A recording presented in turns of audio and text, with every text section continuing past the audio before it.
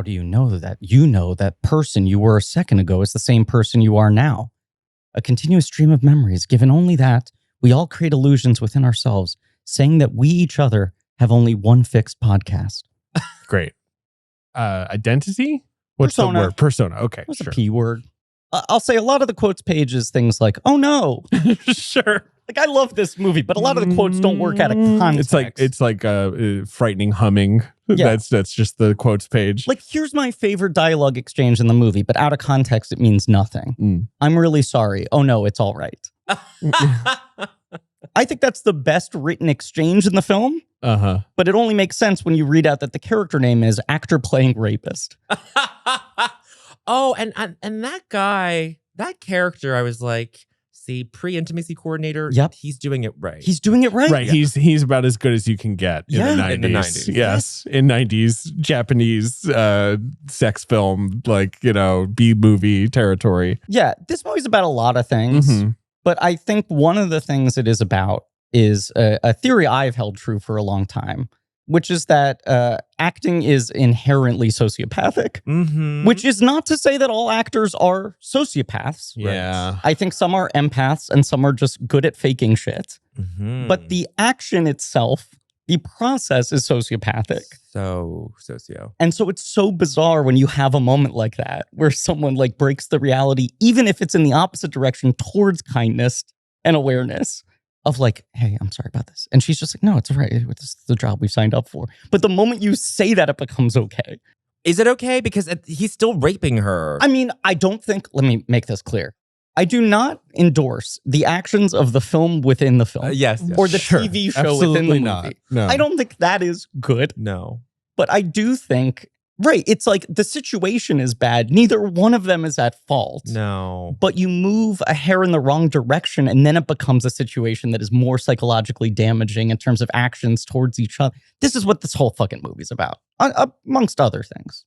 And I appreciate that it is a very legible movie about, there's a reason why this poster is hanging in every college dorm. Sure. It's a very, some would say heavy-handed thing on like reality and dreams. Direct. It's direct. It's a direct film. Like his later films are more indirect. This is his most like blunt film. Here's the other thing. All of his movies are under 90 minutes. No, for sure. We stand it's part his of his running power, time. where it's like, you can be this blunt and aggressive and hallucinatory if you're like, by the way, I'm getting you out if you're in 82 minutes. I'm so grateful. And can I tell you guys something? Still watched it on 1.5 speed.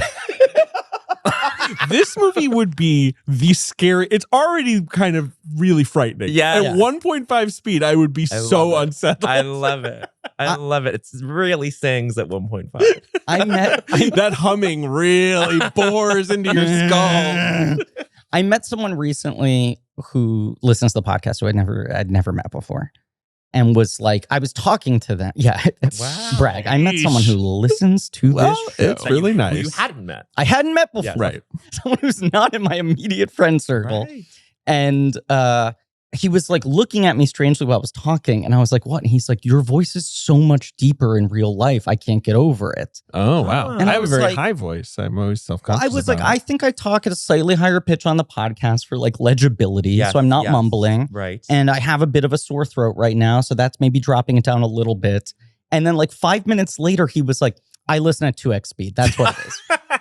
I don't think that pitches you up though. 2x speed like pitches me up to like that. 2x is crazy. Yeah. If you're listening at 2x speed, you might have a problem. 2x, I'm Alvin. You might be an actor. You might be socio. I just feel like 2x. That's where we're entering. Like you're programming your brain in a way that it might be unprogrammable. Like you might not be able to undo this. Yeah. If you're just walking around this movie going, I saw his brain melting in real time as I was like, hello, nice to meet you. Right. He's like, why do you sound like this? You just have to stay at 2x speed with him all the time. Chipmunks. Yeah, I'm David. Oh, wait, what's our podcast?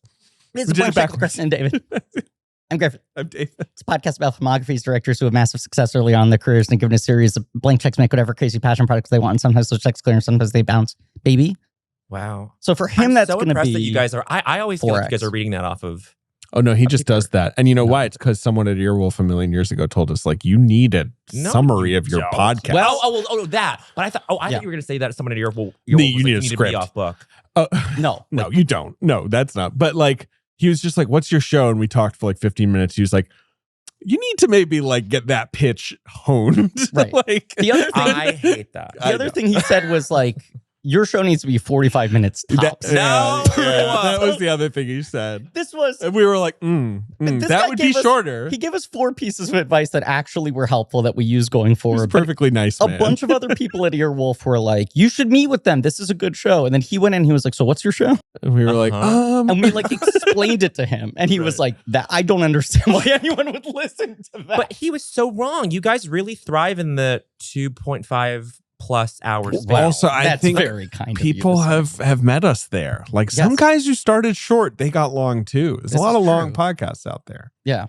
You guys are very good, compelling listens. Oh, shush. I mean, we could say the same about you. Yes. And you actually have, in my opinion, a much more good length. Nice 90-minute ish. You think shorter, longer? You want to go longer? No. Sometimes you go longer. I wish we could really lean it down to 45, but I don't think that can. The old Earwolf. The old Earwolf. But this is after like almost like 8 years of doing it and being like, but it's too late.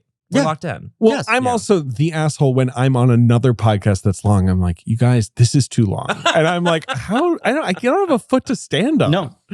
No, absolutely not. Look, this is a mini series on the films of Satoshi Kon, a short runtime king.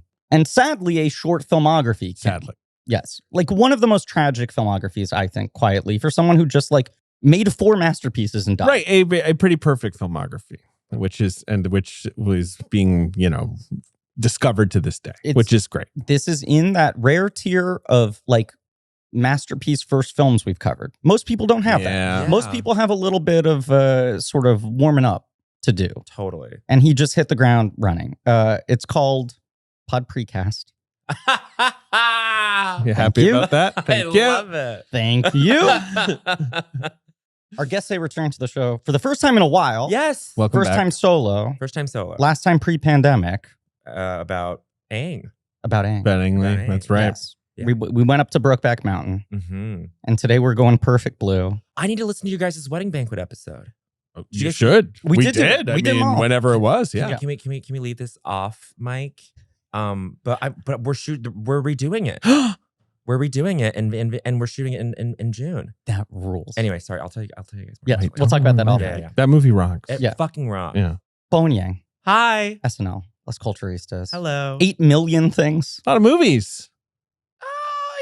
Some movies. Some. I think there's been a drop off. I think we were There's been a drop off. We were definitely both at the Tiff party for Dick's Musical at Hooters. Would you play God? I had just flown in that day, dude. Yeah. I'm so sorry if I was out of sorts, if I wasn't like, I'm so bad at just like being like, oh my God, hi. Like I am so in my tunnel. It's quite all right. A normal party for one of those is a little bit of a tunnel. And then we were all at Hooters. We were at Hooters. And like, I think the Zone of Interest had just played. Like we weren't like Dick's had not played yet. Dick's was after the party. It was after the party. And it was Zone a of Interest midnight had movie. tried to book the Hooters, right? And so people kept being like starting conversations about Zone of Interest and then being kind of like, I don't think we should talk about this. Talk about it here. Time and a place. Stop talking. Yeah. Oh my God, that was a fun party though. Very fun party. I had long told A24 like someone should do the Hooters. There's a Hooters right there. Hooters Yeah. right it's there. right next to every Who venue. are you trying to impress? Yeah, exactly. What do we all actually want out of this? Right. And guess Yeah. what? The wings were good. The wings were great. This is the thing with Hooters. I mean, this came up on Doughboys recently that Hooters has now opened a new chain, like a new... like a non-booby version of Hooters. Yeah. I mean, no offense There's to a boobs. wing-focused concept where they're just like, we want to just clean the wings off of the boobs. That's their only calling card at this point, is the boobs. So what's the non-booms Hooters called? What's it called? All right, whatever. It doesn't matter. Look, Bowen is here. Bowen, Tina Fey was on your podcast. Uh-huh. A very that's famous right. person. Yeah. And did a I Don't Think So, Honey that went fairly viral. And that we're still kind of like reckoning with. Yeah.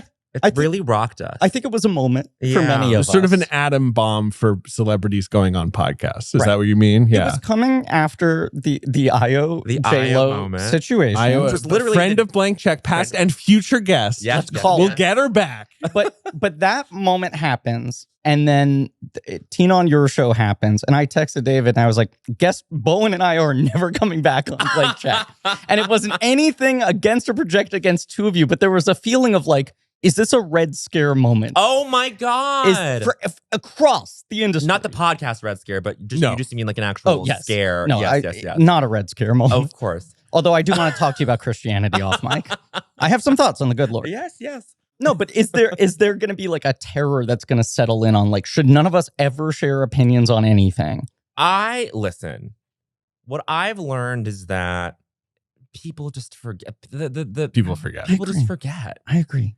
Unless you're IO and you're like the most famous actor of the moment. The single most famous person in America? I think so. Kind of? The people's princess of the internet. This is true.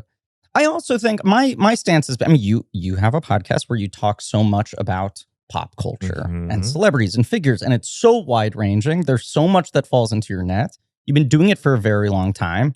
In real time, you and Matt have both had your profiles rise exponentially. And then suddenly it's like, you meet some of these people, you work with some of these people come on the show.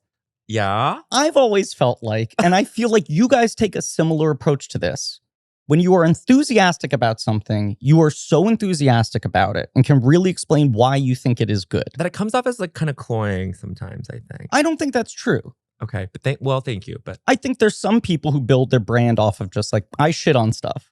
I call bullshit on this. I don't think we're that. Absolutely not. Yeah. So I'm like, anytime we come across anyone who we've talked about on the podcast, and I'm like, fuck, what's the worst thing we've ever said about them on mic? We've been doing it for 9 years. We've covered so many movies. If someone's maybe we said something rude, it's true. A certain level, at some point, they probably caught a stray. Of course. This is what I think we should be doing going forward. Yeah.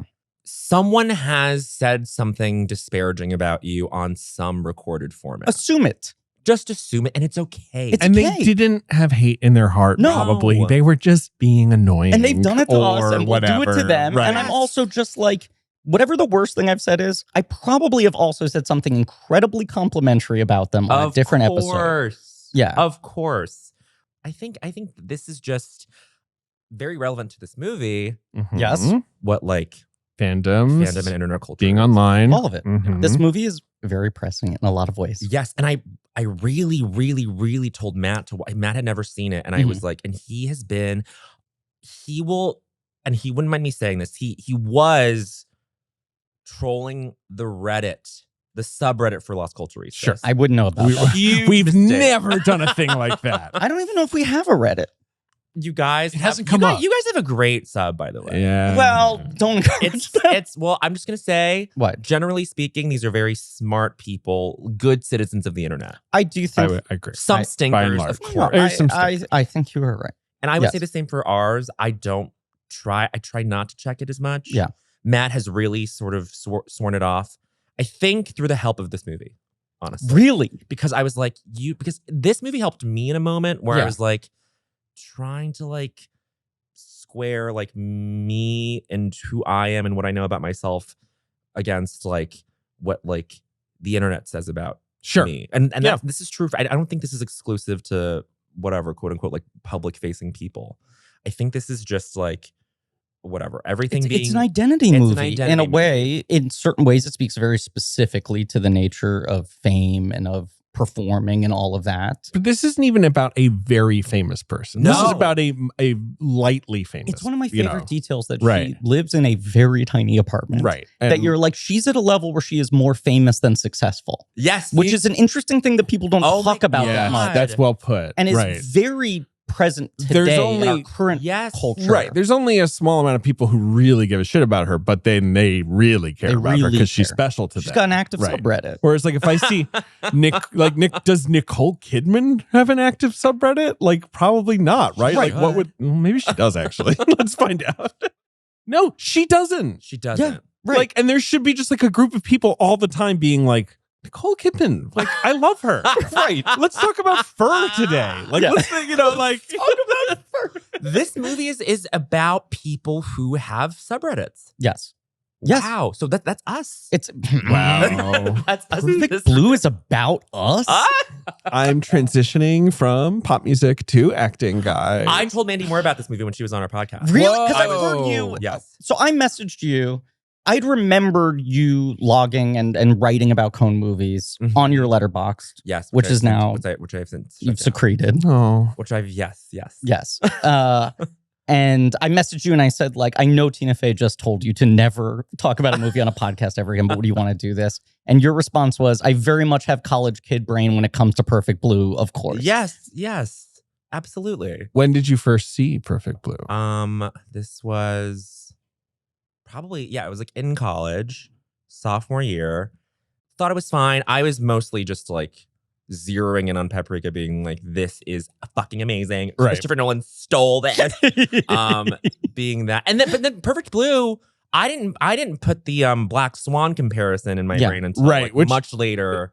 Actually feels more stolen in a way. Right. Yeah. Right. Kind of undeniably. Right. Yes. Like more spoken of as well. Yes. In my cursory research for this film leading up to today, I didn't know that Darren Aronofsky wrote a eulogy for Satoshi Kon. Right. This is the difference between, we talk about the Nolan thing on the Freak episode, I think, but like, Aronofsky's very upfront about how much he loves this guy. Like, yes. Whereas Nolan has never spoken about Satoshi Kon, I think. Right. Yeah. Right.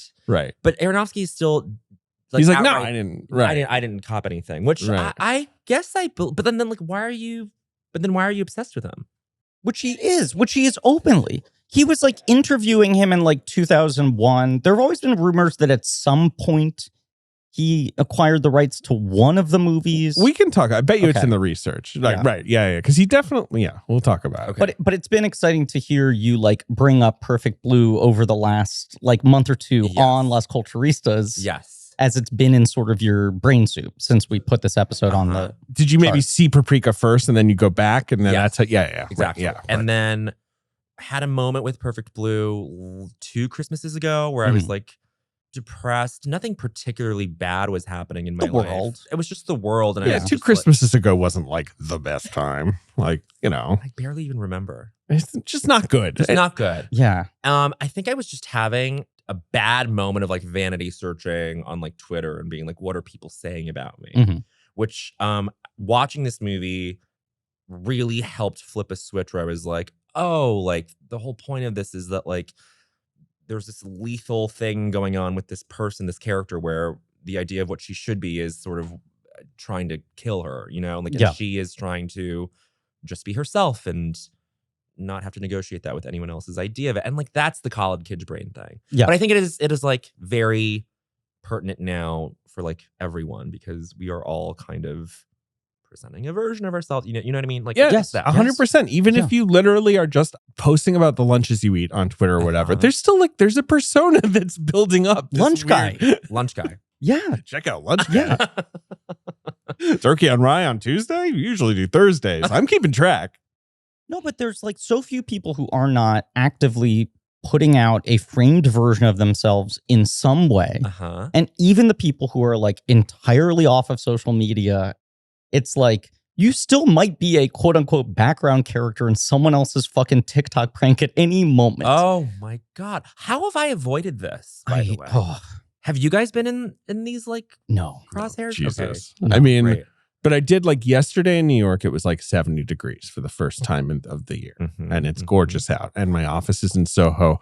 I exit the R train on Prince Street. And the prankers were running It wasn't prankers, but the amount of models doing like impromptu shoots with like a ring light and a guy, on Prince Street. I was just like, everyone's out. Like New York, like everyone's making their viral videos. Like it has never happened to me, but there is this part of me now that is perpetually paranoid about like, am I going to be the weird reaction in someone's video? Yes.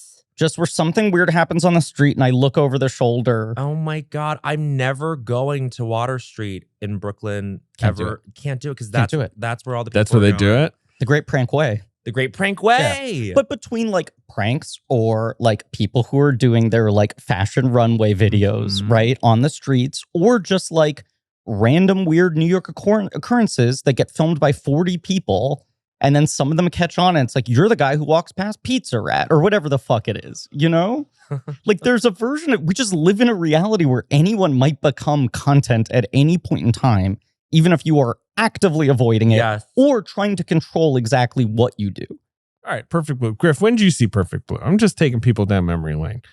I think I only saw it a couple years ago for the first time. Sure. Yeah, I think I saw it around pandemic. I saw it at a rep screening years ago, completely unprepared for what it was. I think I knew the director, obviously. I knew this was his first film. I did not know I was going to walk out like really rattled by it. Yeah. It's a disturbing movie, obviously. You know, we all know this. I saw it like alone at Metrograph, like on, you know, like noon or whatever. Great Metrograph movie. Yeah. And just walked out like with my brain feeling a little scrambled. But I think we all came to it later. I was too young for this movie when it was a thing, if it was really a thing in America in the late 90s, probably only a little bit. Yeah, and we've already acknowledged it, but this is a movie that like kept on getting boosted by first Requiem for a Dream, and then Black Swan. Yep. Just like both movies created conversation of people being like, do you know what this was taken from? And I feel like those guys have only gotten louder and louder on the internet as time has gone on. Yeah. And then Paprika joined the chorus, but it's so much of Satoshi Kon's weird legacy in the United States is like tied to these other directors, you think? Mostly after he died, him getting signal boosted by people saying, you know, this is the real shit. You know that movie you love, this is the real thing. And I guess that's like unfair to everyone involved. It's a little unfair to everybody involved. Yeah. I would say. That's how I feel about it. I think it gets reductive when you're just like, these guys carbon copied him, which I don't think is quite the case and also diminishes his work as its own thing. Yeah, or just it could be like, what I like about Perfect Blue is I don't like Black Swan. And I'm just like, okay, well. That's the guy I hate. Yeah. Right. I don't know what to do with you then. It's like, you know. Some. Yes. Also, Black Swan's pretty good. I think Black Swan rules. I have not seen it in years. Maybe I should check out Black Swan. It is one nice normal movie to sit down with. Yeah. I'm not like worried about rewatching it, but I do wonder, it hit me like a ton of bricks when it came out. And I saw it a couple times. That sounds cool. Yeah. It's cool. It's got lipstick on a mirror. What more could you want? Finally, slut. That's like one of the great like Twitter images of all, like just using that in any context. Yes. It's so funny. It's so funny. What I think, and I think this is like so Letterboxd coded, what I'm about to say. Oh, please. The gorgeous thing about this movie is that people with wide set eyes are evil. It is true. The main villainess and the sort of manipulated sub-villain. Yep. Have beady little eyes that are on the like 2 miles away from 2 miles away from each other. Yes. And that is sort of a tell. They got ET head.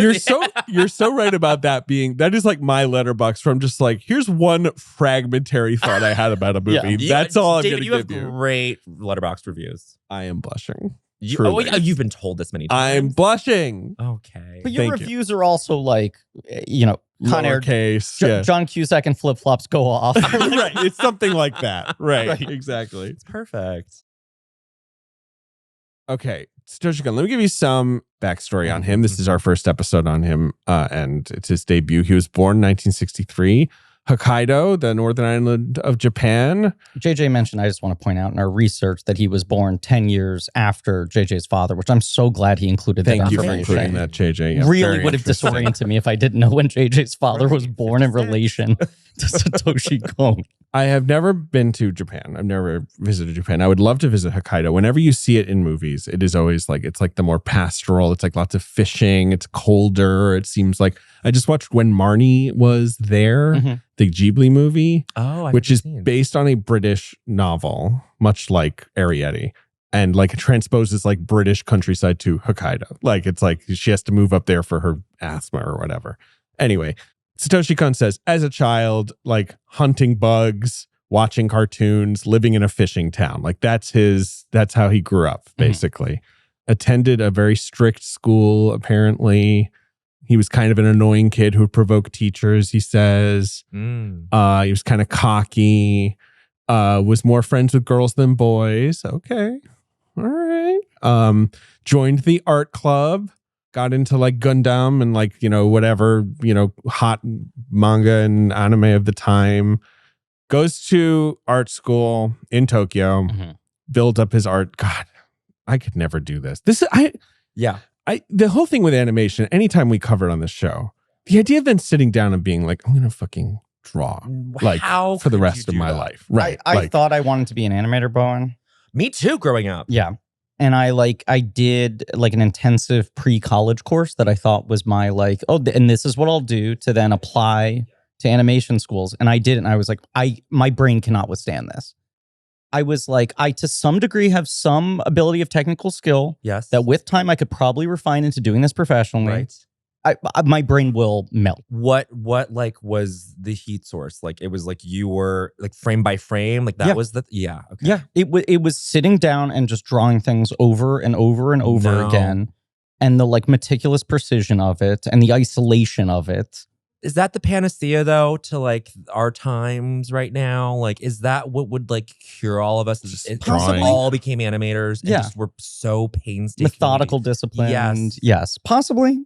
It's certainly, there is so much joy, and this is just the 30-something in me talking as well, though, and just like, making something, working hard on it, and it's true, right? Mm-hmm. All my friends at the same time are like, I'm getting into this, and I'm like, yes, you are. And I'm getting into this, which is the same version of that. We're all just crafting over here. There's this kind of guy, and everything I read from Satoshi Kon seems to be the same deal where it becomes this weird Zen state for them. Yeah, everything I found stressful about it, they're like, it's a release. No, that relaxes me. Right. Doing it. Yes. But basically, he always loved drawing. He thought it'd be a good job for him. He wants to make art, right? It's not like he just wants to be like a graphic designer or whatever. As long as art and drawings were involved in my work, regardless of genre, I was satisfied, he said. So, he's obsessed with early Miyazaki stuff. He's obsessed with manga. But then in college, he says he starts to get more into like live action films. And he names like a ton of like Japanese action films and things like that. And I do feel like that is crucial to him. I think it's the key turning point that basically, and he says part of it is the like, Terry Gilliam is a huge inspiration for him, he says. Part of it, I think, is the like, if you love food, never work in a kitchen thing, where he basically said from the moment he was pursuing it professionally and really getting into the nuts and bolts of it, he couldn't kind of get joy watching other animated works. Oh, really? He got too gummed up in the technique and thinking about the actual production. But the other part was he was like, I don't want to be making animated films riffing off of other animated films. I want to put different input in my head. Yeah. And then sort of express it out as animation, which I do think it's why this movie in particular, but his whole career comes like as a total shock to the industry of just like, well, this is not what anyone else is using animation for. Right. This guy's thinking about it in a different area.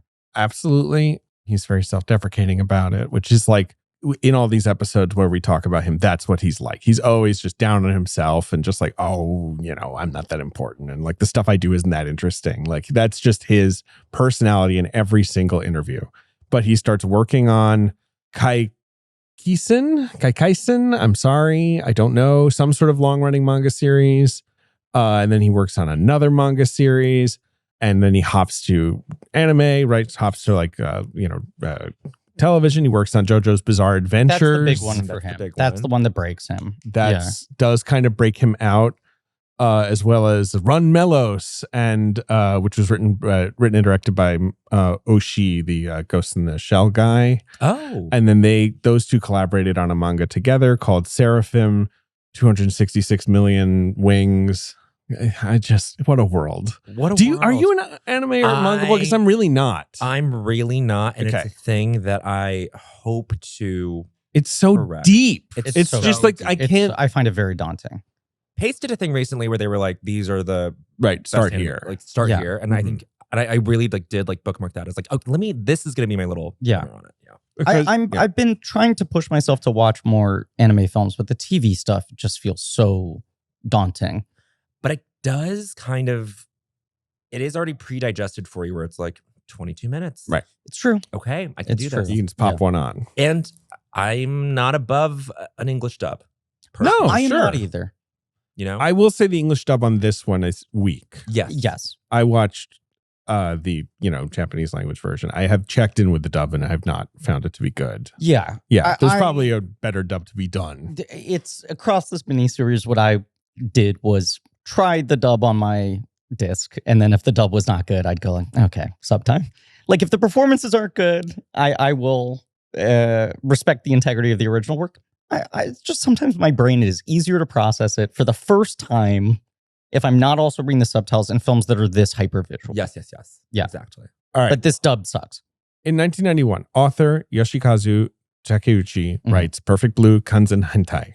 It's a novel. Yes. It's originally going to be turned into a live-action film.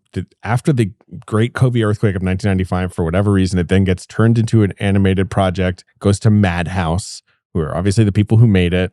They start prepping it as an OVA, which is basically a straight-to-video. Yeah. Not even a TV film, like straight to DVD. No, it was anime's equivalent of like Return of Jafar. It was like they suddenly built a very successful model of like there are TV shows, there are movies, and then there are like 65 to 70 minute straight to video, lower quality. Yes. Because referenced Return of Jafar as like we did an episode. Yes, that's right. Yes. Yeah. And it has become a bit of a term for us. Yes. No. Yes. And thank you for indexing it like that, because it is the straight to video sequel. That is the thing. It was the one. Have you watched it recently? Oh yeah, I did watch it recently because I had to play Jafar on SNL. Yes, you did beautifully. And I was just like, I know like the original Aladdin Jafar like the back of my hand, but there was some. I think the early sexual awakening for me was Jafar staying in genie state for most of Return of Jafar, and the abs and the pecs just kind of like bulging out the whole time.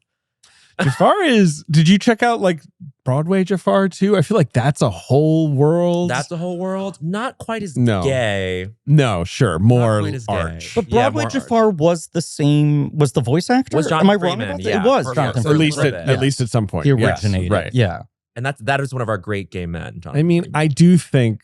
I just think the gag in Aladdin where he says he could marry Jasmine, Iago says you could, and he just goes, "What?" is still just the funniest like gay coded Disney villain moment ever. It's funny, it's not like funny. Derisive. It's truly funny, of course. Like that the two of them are like, "What? Please, like come on now." But we talked about this on our Patreon. Return Jafar is one of those ultimate. You go back and watch it, and you're like, in my memory, I was improving the quality of this thing.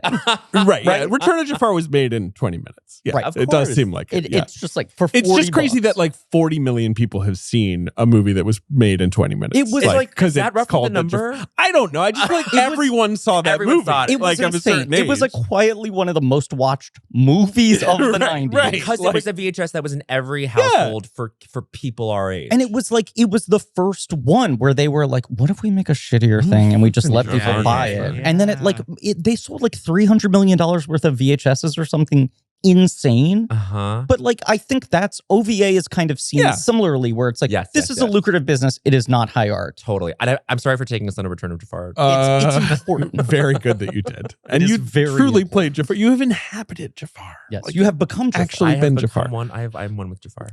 You looked in the mirror and you saw you as Jafar with a bloody knife. Yes. Yeah. Yes. Wearing like a toot, like what was she wearing? Like a big pink. I love her pop star look in this. It's really good. Her pop star. This sort of like frilly pink dress. Yeah. Okay, so he gets basically recommended to direct this movie because he'd worked with like a project advisor on it or what, and I feel like it is kind of also just the vibe of like was very strong, and that show was very big. And this is like a great opportunity for you to dabble, like to start off, right? Do an OVA. Stakes are so low. Right. They're like, we have the rights to this book. A pulpy book, apparently. Yeah. Like a pulpy, trashy book. He reads this. He's given a script, which the novelist had written. He's like, I don't really have any interest in this, but... And he never read the book. He only never read the book. So cool. But if you let me fuck with it, and I will still give you a movie about like an idol who's being stalked, and it'll be like a horror movie. I'll hit the themes. Then like, can I make the movie? And they're like, yeah, fine. He says he never read it. Yeah. The book is, by all accounts, more of a kind of pulpy slasher type thing, which he said, like, I'm not really interested in straight horror. Right.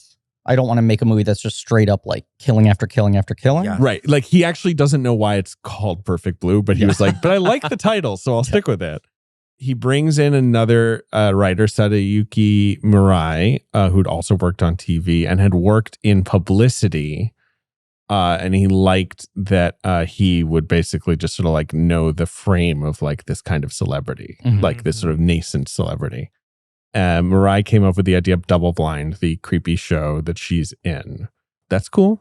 And Kon is like, I brought in like the internet. I needed that to be like a place where the more authentic version of her appears, like, you know, closer to the public image than the real person or what, you know, like the website, which in 97 is still like daring. Yeah. Like, daring. you know, like it's still interesting, I feel like, right? I mean, it's crazy that like 97 to 2007, his first and last movie, both are really rooted in the internet.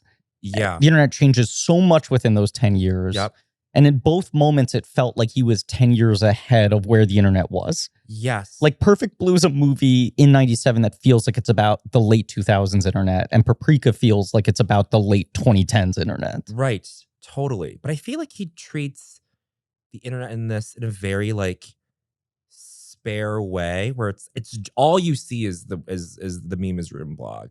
Yeah. Right. It's like she's like he could have very easily been like, and what else is there to explore? And like he kept it very focused on that. Everything's very focused in this movie, I feel like. But at the same time, you can watch this movie and transition to a new scene and be like, did I miss something? Like, which is great. Like, it's unsettling. It's not also what he's playing with. Yes, 100%. Right. If I jump ahead, is that because I'm using cinematic language to just sort of yada, yada, yada over stuff? Or are you supposed to be confused and disoriented because this is an unnatural jump? This is a thing that isn't happening or shouldn't happen or 100%. whatever. Yeah. Yeah. So, you know, while he's making the movie, he's doing a good job. And Madhouse is like, okay, this is going to get a theatrical release. Weirdly, that means it has to be reduced in running time. It's why it's so short. I think maybe as an OVA would have been longer. He says he had to throw out 100 scenes. Cinema running time is limited. I don't know if it's like a sort of back-to-back consideration or like just like a cramming in the showtimes, but like basically he had to make it under 90 minutes. Anyway, we should talk about and they had to like reformat it. I mean, it was originally going to be like designed for 4:3 VHS, right? You know, yeah. Wow. Yeah, but I did not know the OVA part. It's a classic, you know, like diamond in the rough kind of thing, right? Well, like several of the directors we've covered on the show before, American directors who got started with Roger Corman, where part of the model was like, this doesn't fucking matter. We have like sold a space for your movie to fit into, and what your movie is almost irrelevant. And here's X amount of money and X amount of time. And like Roger Corman's line was always, if you make this movie well enough, you'll never have to work for me ever again. Right? But he'll take a flyer on a kid who's got some gumption or half a credit under his belt or whatever. And this is a case of like, the circumstances of this movie are similarly like, who gives a shit? Why not? Try this. And then he over-delivers so wildly. With lines like, I'm sorry. I'm really sorry. Oh no, it's all right. I do feel like for like his Satoshi Kon's big thing is like all anime in the 90s was just about like robot girls. Like, and I just didn't want to do that. Like, and this is a movie that could be a live action movie. Yeah. He's making it like a live action movie in a lot of ways. Like, like the cinematic language of it, the jump cuts and the, you know, like I feel like is, but obviously Paprika's the only one that on paper doesn't feel like obviously this could just be a live action movie. And that's ironically the one that Hollywood studios have tried to literally remake. To crack it open, right? But also this and Millennium Actress both open with scenes that feel like they're out of a more traditional anime where it feels like he's using like to try to acclimate people. We're like a Power Rangers thing. Right. This starts with like a Shonen Jump like sort of thing. And then, then kids walk out and are like, I'm bored and you're into human life. And it's like he's trying to like resettle you into like, animation doesn't have to be this. We can follow other people. Millennium Actress also starts with a spaceship launching. Yes. I love that scene though. It's great, but it's so telling that his first two movies feel the need to contextualize. I know this is what you think this is. It's not going to be that. I'm going to walk you over to this other. Right. Yeah. It's so cool. So the film, should we just talk about the movie? I mean, there's so much in the research here, which is interesting, but I feel like I'm just going to be like lecturing you guys You're just about gonna it. fire JJ? I'm not. Oh, he does a wonderful job. Yes, that was yes. David.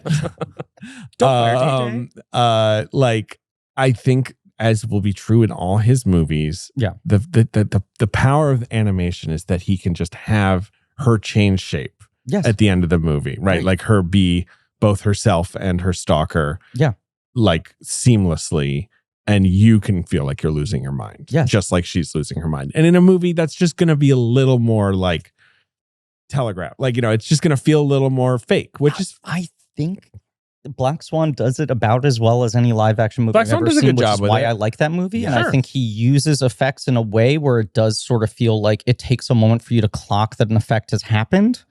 But this has the benefit, I think he uses this in all of his films, of like reality can change so subtly and sneak up on you because you're starting out buying into a fake reality. You're already seeing an abstraction of reality that then when that gets stretched, it takes longer for your brain to adjust to it, which does have quite an effect on you. Like, you don't realize what the filter of the procedural show is until like the third time they do that. Like he does that where it's like, oh, you were actually watching a scene from the show, you know? Yes. Like it does take a minute visually or aesthetically for that to like be encoded. He also lingers in the fake reality for a minute longer than you think he's going to. Every time. Right. Like you're like, when are we at? You know, you want the relief of the zoom out to their cameras all and especially as crimes are happening in both realities, it becomes harder and harder to differentiate when a scene starts with people talking about a crime scene. In an animated movie, if you stab someone, all this blood can come out of them, right? In a way that's completely unrealistic and is so frightening. Which, like I was gonna say how that is a scarier sort of violence than anything like with actually human, right? You know, like that happens a couple times in this movie where it's just something like a geyser of blood.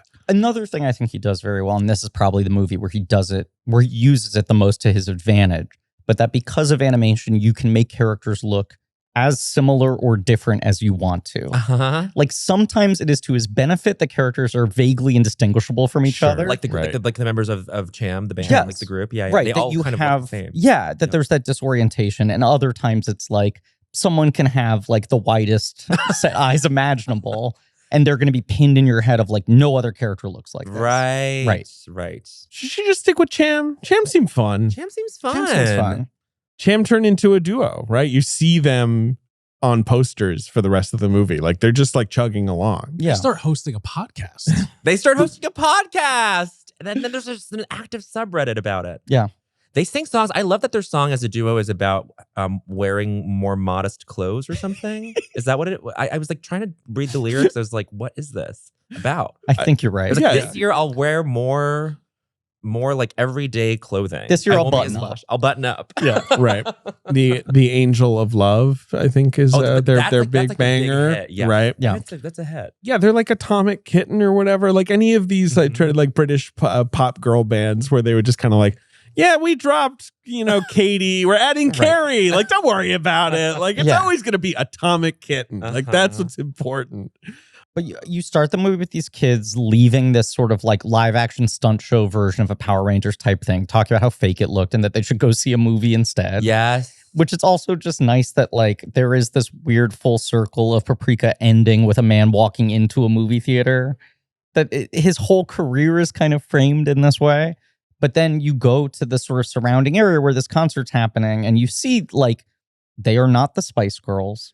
They are not like infinitely mobbed, but there is an intensity around them to an extent that there is like black market trading of their material. Because they're being presented in this like weird sexual way too. Yeah. Like there's a creepiness to the marketing of them. Right? Yeah. And these awkward guys talk about it. Right. Trading each other like posters and concert recordings and talking about, were you there for that one? Right. But everyone in the audience, I think for both of those like little concert scenes is male. Yeah. Is like a guy. Yeah. And I love that anime thing of like erasing everyone's faces. Have you like they do that in like video games sometimes, like Persona 5. Like it's just like the only faces you're seeing in the crowd are like the ones of the main characters. Should I play Persona 5? Yes. Okay. Absolutely yes. Okay. Subreddit go off. Is that the one? Like, if I was going to play a Persona game. That's the one. That's the one. And the 3, they just came out with a remake of 3, which is really good. But I think 5 is the one that got me. That was my first one. And I've played it twice and I fucking love it. David's been all in on Baldur's Gate. I felt all day and all Baldur's Gate. I don't know if you did Baldur's Gate. I tried. I couldn't do the radial menus on a console. No, I'm playing it on a PC. And I don't have a good enough gaming PC. When I moved, that was my present to I'm buying a That's gaming a great PC present. and I'm playing Baldur's Gate 3 I'm at so night happy you after did I put that. my child to bed. Oh yeah. Of course. But I had to actually take a break from Baldur. It was like kind of overheating my Really? brain. Yeah, like I got to Act 3 and you get to like Baldur's, the city, and suddenly everyone around you is talking all the time and you're like, Jesus. Like, and I just needed I was like, I need to play a game about like shooting an alien for a minute. Like, I need to like chill out. Go back to the RoboCop game. I might. Yeah. I should try that out. You just walk around real slowly. There's like a recent, it's called Rogue City, right? Yeah. RoboCop Rogue City. You're RoboCop. Oh, You like waste hippies. I haven't really discovered any depth to it. Like, I'm not sure if there is much. I don't know if I need depth. Yeah, no, I know there might not be. Yeah. Just because it's RoboCop, I was like, is there going to be like a satire element to this? There is. Instead, it's like I have a gun and I waste hippies. Yeah, but the thing that's fun about it is that it's the world's slowest first-person shooter because they do hold you to the physics of RoboCop. Right. You're not running. This guy can't fucking move. That's amazing. Yeah, it's Rogue fun. City. Rogue City. I'm gonna play this. Yeah. Okay. When I beat 7 Rebirth and I'm 120 hours in, I still have not beaten it. These games are long. And isn't 7 Rebirth just half of the game, right? A third of it. Right, there's 3. Jesus, it's ridiculous. Yeah, we are grown-ups. We're grown-ups. Okay, Sorry, so where were we? Perfect Blue. Okay, well, sorry. She announces at this she's in concert Cham. that it's her final show, that she's leaving the group, Right. that She she's announces ready this for live. a rebrand. This makes Mimania very furious, who's sort of like the avatar of her like creepy stalkers, this person. But her physical reply guy. Yes, right. Her most obsessive.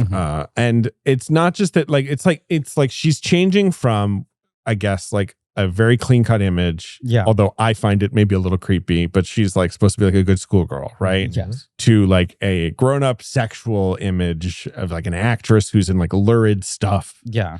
And is doing photo shoots that are like raunchy, right? Like, you know, like that's the vibe, right? Happens to a lot of yeah. teen star. I mean, now I feel like there's a slightly different model where it feels like young stars go through this era of like, I want to claim my sexuality and take control of it. But for so long, it was like, you're on a WB show and then you do Maxim magazine, right? It was well, like, you said Mandy Moore, right? Like she's someone who went through that, I assume. She went through that, but I think she seems normal-ish. I think she seems normal. I think she is normal-ish. Yeah. I corrected the word seem there because having met her, I think she is very much like, and she says this, she's like, I'm just a mom living in the valley. Yeah. Like nobody bother me. Like I'm normal. And I'm like, that is remarkable. Right. That's sort of like a miracle. It's a miracle. Off. Right. Oh my God. And she just like listens to our podcasts. Wild. She's a podcast lady. She's like, let me listen. Like it's come on, blank check, Mandy. Love Mandy more. Go on. Candy is a banger. Candy's a banger. Fucking Tangled's a banner. You guys should do Adam Shankman. Have you guys done Adam Shankman? We have not movies yet. I worked with him. You're in an Adam Shankman movie. Well, you are Pip. I was the chipmunk in Disenchanted. I spent a lot of time with the Adam Shankman would be all killer, no filler, though. Like, even if I don't like his movies, we're not going to be like bored talking about these never. movies. And of course, we did discuss What Men Want on our Patreon. We did that. Which is a forgotten Adam Shankman joint. Wow. Yeah, so we felt like we had to cover the remake. People forget that movie low-key made like $75 million. Yeah, like, I feel like he directed and Nora wrote? He directed the remake. I'm sorry, not Nora, Nancy. Nancy, right. Yeah, Nancy did What Men Want. What Men Want. The Taraji P. Henson yes, gender-flipped remake. Right, she can hear what men think. Right. And the joke is sort of like, it's called being a woman. Right. But isn't also a joke that's like every man is just like boners? Yeah. Like, I can't really. We saw it. We saw it in theaters. I was drunk. We were drunk. We were collectively drunk. But I mean, the whole thing with Shankman is that Hairspray is so good. He's made one of the best movies I think ever. is excellent. So he's also made The Pacifier or whatever, movies where I don't like, despite loving Vin Diesel more than any. Vin Diesel is the one that I go perfect blue for. Wow, you're the me-mania for Vin. A little bit, and I kind of can't stand The Pacifier. The thing that it's fascinating about Shankman, I hope I'm not betraying anything by saying this. Love Adam. But I would talk to him so much, and I worked on that movie for a year and a half, and it was spread out, but every couple of months I'd spend several hours re-recording everything. Right. Your favorite? My favorite. I do love it, but it was exhausting. And would talk about how great Hairspray is. You would talk to him about how great. Yeah, because I'm sure you loved adore it. I think that's the best of the last 15 years in sort of musical comedy and film. And he would talk about everything he put into it and why he tried, and this and that, and that registered, and how hands-on he was. He's got a real director brain, because he even reached out after our Mandy Moore episode and was because we talked about A Walk to Remember, and he still remembers on day 15, this is what happened. And where I was Jesus, I would never be able to organize my thoughts that way. I guess it's a good brain to have if you're a filmmaker. The flip side of this is, I have rarely heard anyone talk more critically about any movie that they have seen as much as he talked critically of Rock of Ages. Oh, where he was just humongous mistake in every that's fine. Where he has a real perspective on his stuff in that way. Of course. Anyway, Shankman Macer is confirmed 2025. Yes, Mandy Moore as guest. Let's do him. I mean, Walk to Remember, pretty good. Pretty good. Great movie. But yes, this model where for so long it was if you're a child and you want to transition to being seen as an adult, the only way to do that is to hand yourself over to the sexualization machine. Yeah. To some degree hand over your persona, dehumanize yourself, and let them run you through the filter. That no matter how much you are claiming your sexuality as your own, it is always male gazy, Right. This is independent of her, and she sort of wants to do it, but the product it's a calculation. Yeah. Think of it this way: in our era, the thing that Miley Cyrus has successfully done, that I feel has become the model of that's how you go from being a child to being an adult and doing it on your own terms, and your audience is growing with you, and it feels like she has control and autonomy. The person who came closest to trying to do it that way was Christina Aguilera.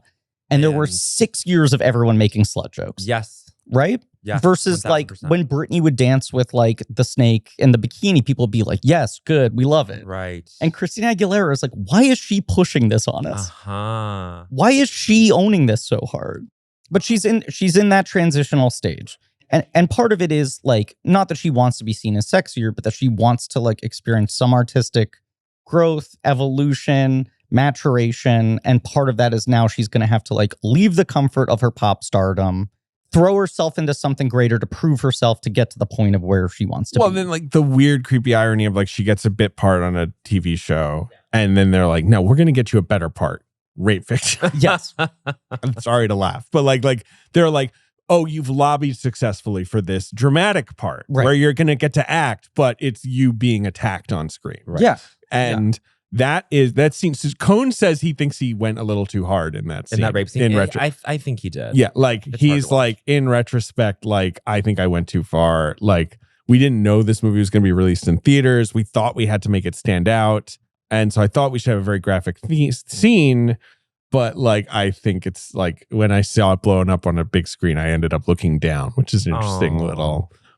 it's very upsetting, and it's the beginning of her mental unraveling. So it should be upsetting. Yes, and it's not. The thing that is the most upsetting in a way is that afterwards, she's just okay, I guess I'll go home. It is the argument I will make in defense of how upsetting it is I do think it gains power then in the contrast of the moments when it stops.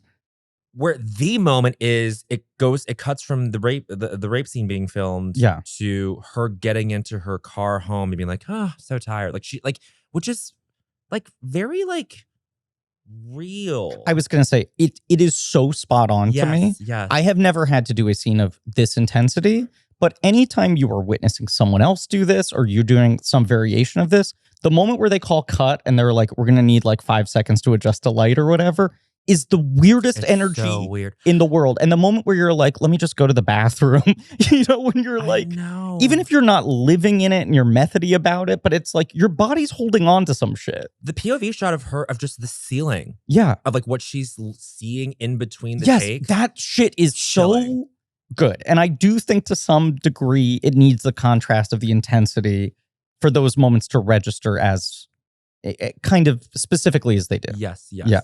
Let's also acknowledge this is one of those sequences where you're like, there are direct shots here that feel like they're basically photocopied into Requiem for a Dream. Oh. And that is a sequence where I feel like those images are used for only really for salaciousness and depravity. And true like manipulation. Yeah, and I don't dislike Aronofsky at all. No. But like that's a sequence where it's just like, this is the depths of depravity and humanity. This is the lowest low you can possibly imagine.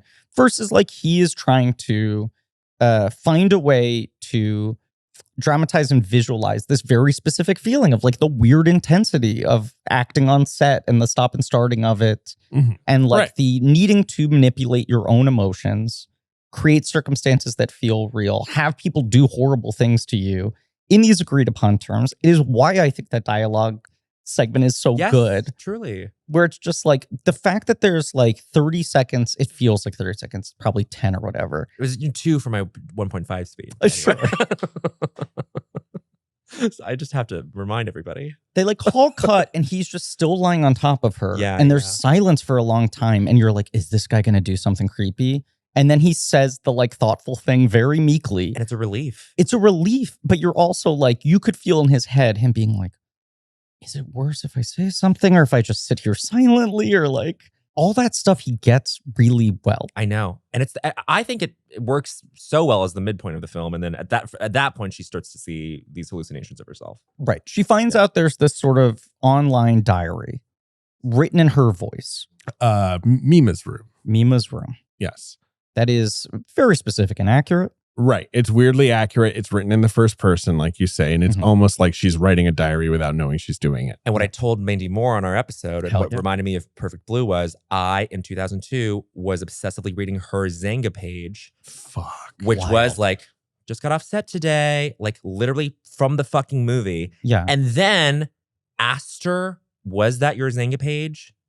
It wasn't. No, someone else was doing it. She had her own Me-mania. This is exactly the plot of Perfect Blue. Yeah. And like, was that even organized or was someone just doing it I think for someone fun? was just doing it because for that, fun. like, that was before anyone would even bother to do something like that No blue at a checks, corporate no verify. level. Yeah, right. exactly. Right. Yeah, no blue checks. And now, of course, we know who everyone is on the internet all the time. Verifiable. Yes, of course. My when I dropped out of college, my roommate at the time, humble brag.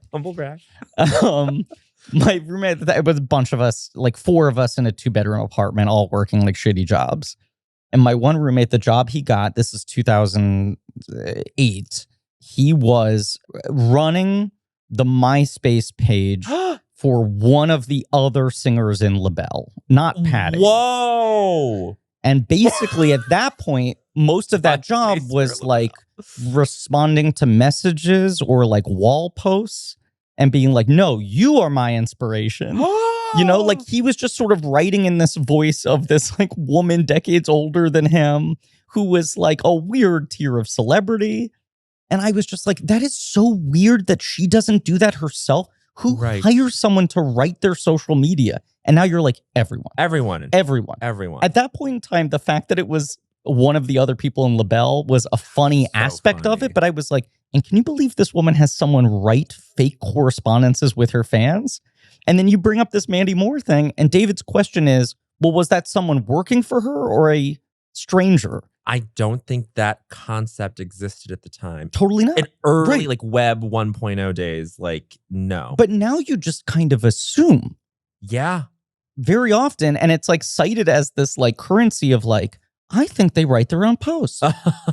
Their voice feels like it's actually who would actually, they wouldn't send that photo to someone else. Right. That was taken in the moment and they posted it right away. Like the first refraction of reality is that it's like, no, that's not them. Right. Like that is kind of upsetting. And now there's 2 people. And it's a two-way refraction. Like you as the audience are going like, am I dealing with a real person or not? And this isn't me dealing with them on stage or them on screen. Right. This is ostensibly supposed to be the window into the real them, and it's probably not. And then if you as a person are hiring someone to do that, you're like, I give you authorial voice over me.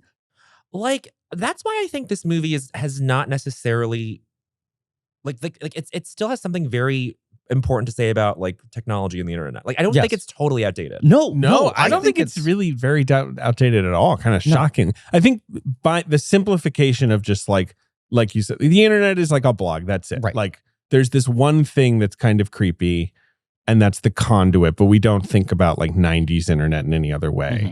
And so this can be transposed onto anything. Like it both feels like a De Palma movie from 20 years prior, and it feels like you could basically make this today. Yeah. And it helps that like, even if the internet he is depicting is in like a certain infancy compared to what we know today, the intensity of what happens out of it feels reflective of our relationship to the internet still in sort of an expressionistic way. I mean, we'll dig into it in future episodes, but he was so interested in the internet sociologically, in a way that I think other people weren't at that time, where they were just thinking about the technological possibilities. And he was like, this is like this weird device for loneliness that like in some ways people are presenting this as like it's going to solve it. And I think it's going to cause greater refraction. Yeah, totally. What do you think about celebrities who have like a different name from their actual name? Just like, is that the first division of like personalities where it's like you start going by your professional name maybe, and then everyone starts calling you that, and maybe only your family still calls you your older name? I don't know, like just like weird shit like that. Interestingly, right before A Star Is Born came out, there was talk of her being billed as Stephanie Germanotta and not Lady Gaga. Right. Like that was Do we like make that move? The Dwayne Johnson move. Right. The Dwayne Johnson move. And people, and he did transitional stages, right? He's like went through like, I'm The Rock, I'm Dwayne The Rock Johnson, I'm Dwayne Johnson. Right. And now he uses The Rock when he wants When to. he goes back on. Right. Yeah. That was the moment for Lady Gaga. And when that poster came out, it was Gaga on it. I think all of us were like, oh, interesting. That's a move. And now you're like several movies into her career, and she's like, I am Lady Gaga as an actress. Yes. And I don't think it was the right or wrong move. No, me neither. But it's interesting because that was an inflection point for her. Yes. She could have made a change. She didn't. She's Academy Award nominee Lady Gaga. Oh, Academy Award winner.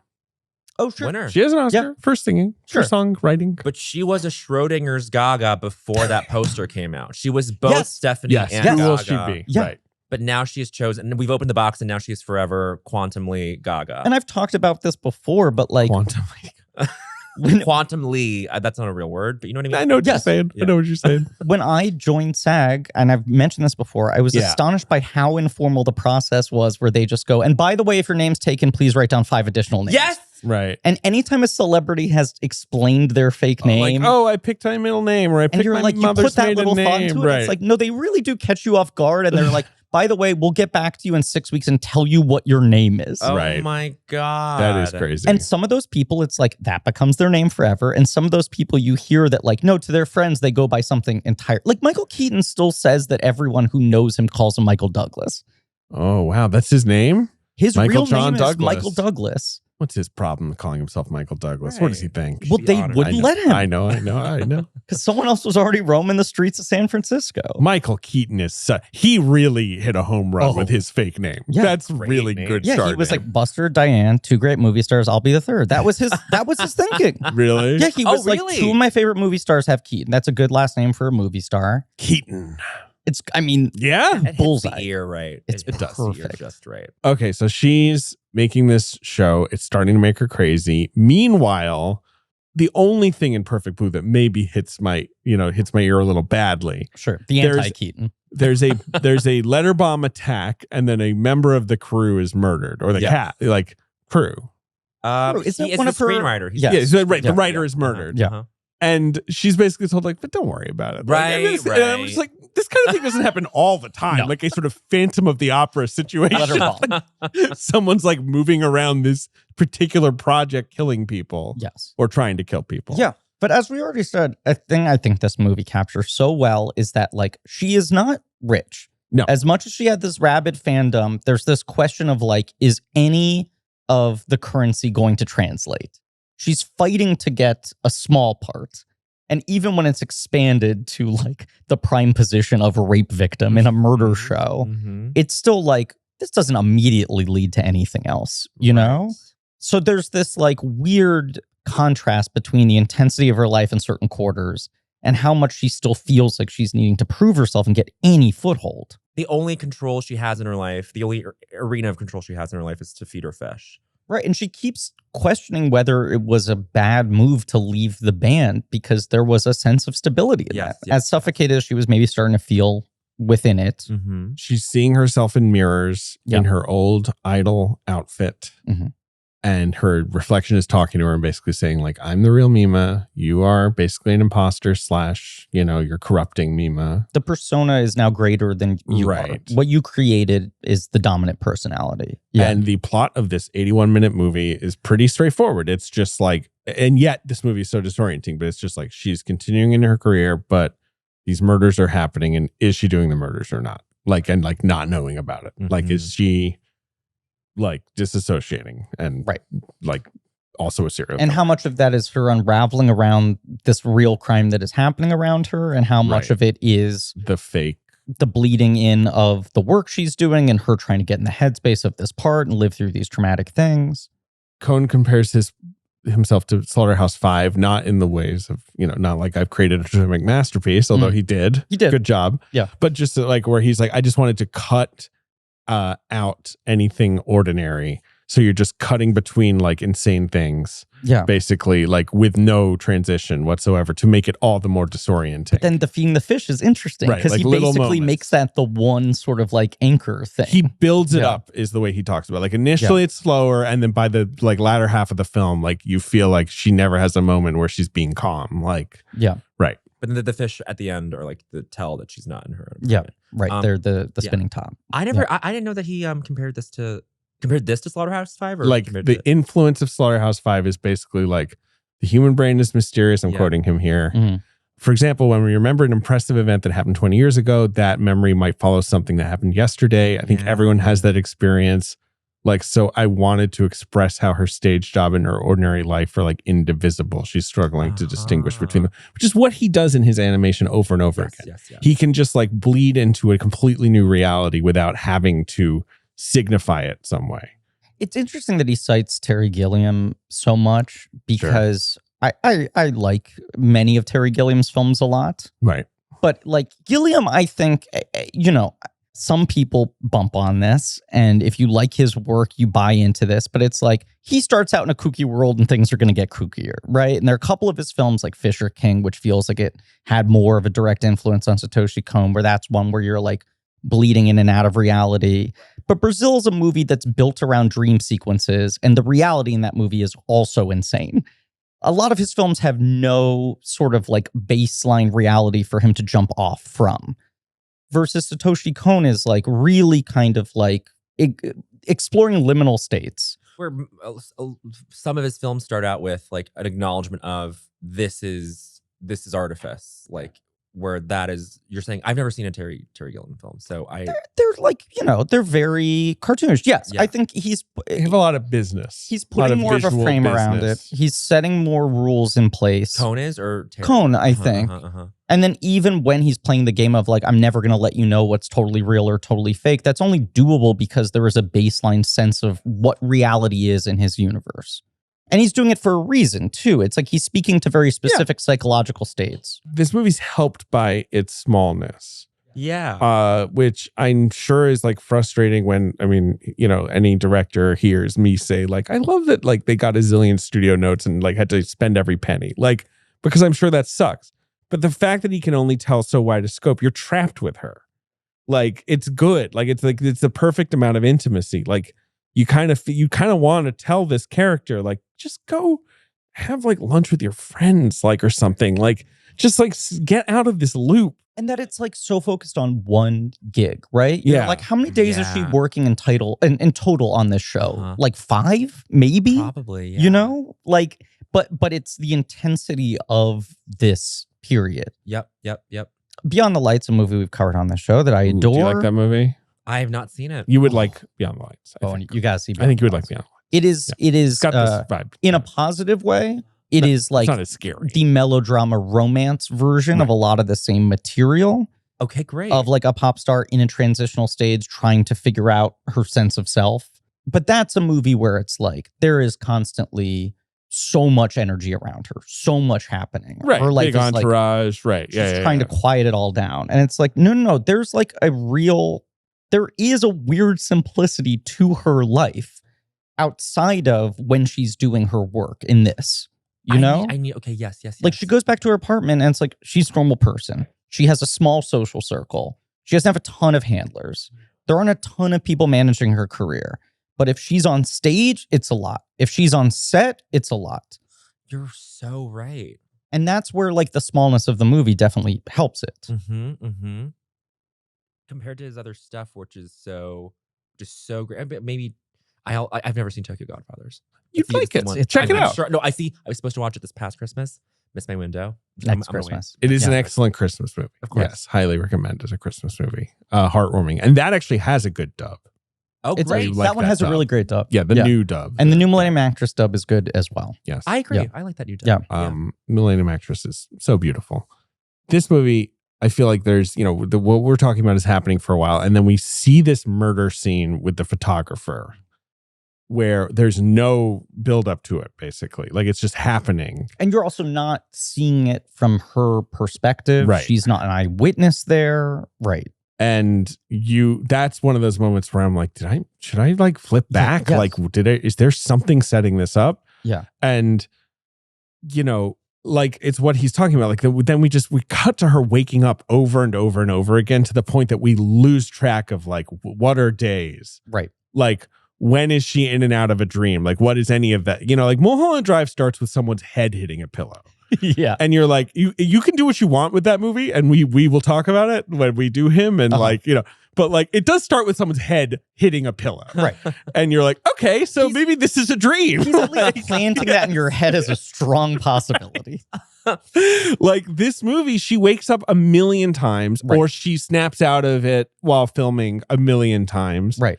And so you have no grasp of the rope. Because even the head hitting the pillow version in this is just her like kind of just turning into like the frame or something. It's not even totally legible what's happening. No, and they're not doing the like right. The classic sort of I do love that though. I love that. Oh, you're all sweaty.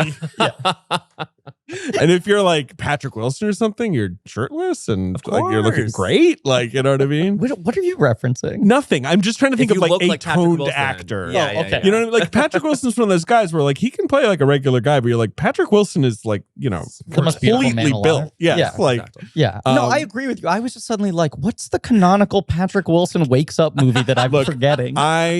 My brain was just like, what if there was a man in bed and for some reason it settled on Patrick Wilson? He would be a great candidate for a scene like that. Bowen, whether or not he's dumb. Did you venture to the Lost Kingdom with Aquaman this last Christmas? Speaking of great Christmas movies, I was like, wait, that seems like a movie where he would wake up in a sweat. I mean, he's definitely. You see his chest in that film much. He looks about as good as any person has ever looked in a movie in that.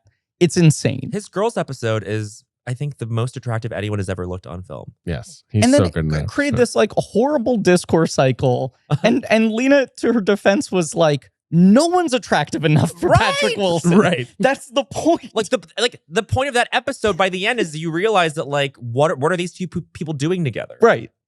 Oh, I don't miss the girls' discourse at all, because if you go back and watch now, I'm so glad there's like a rewatch. Yes, everyone's rewatching Girls. And yes, and you just go like, oh, this is excellent. This was good. It's great that it exists. Right, exactly. Yeah. Yes, and it's a great time capsule, but it's also great right now. It's great writing. Yeah. Anyway, halfway through the movie, I would say Mimania basically attacks her on set, and we seem to be entering like, reality.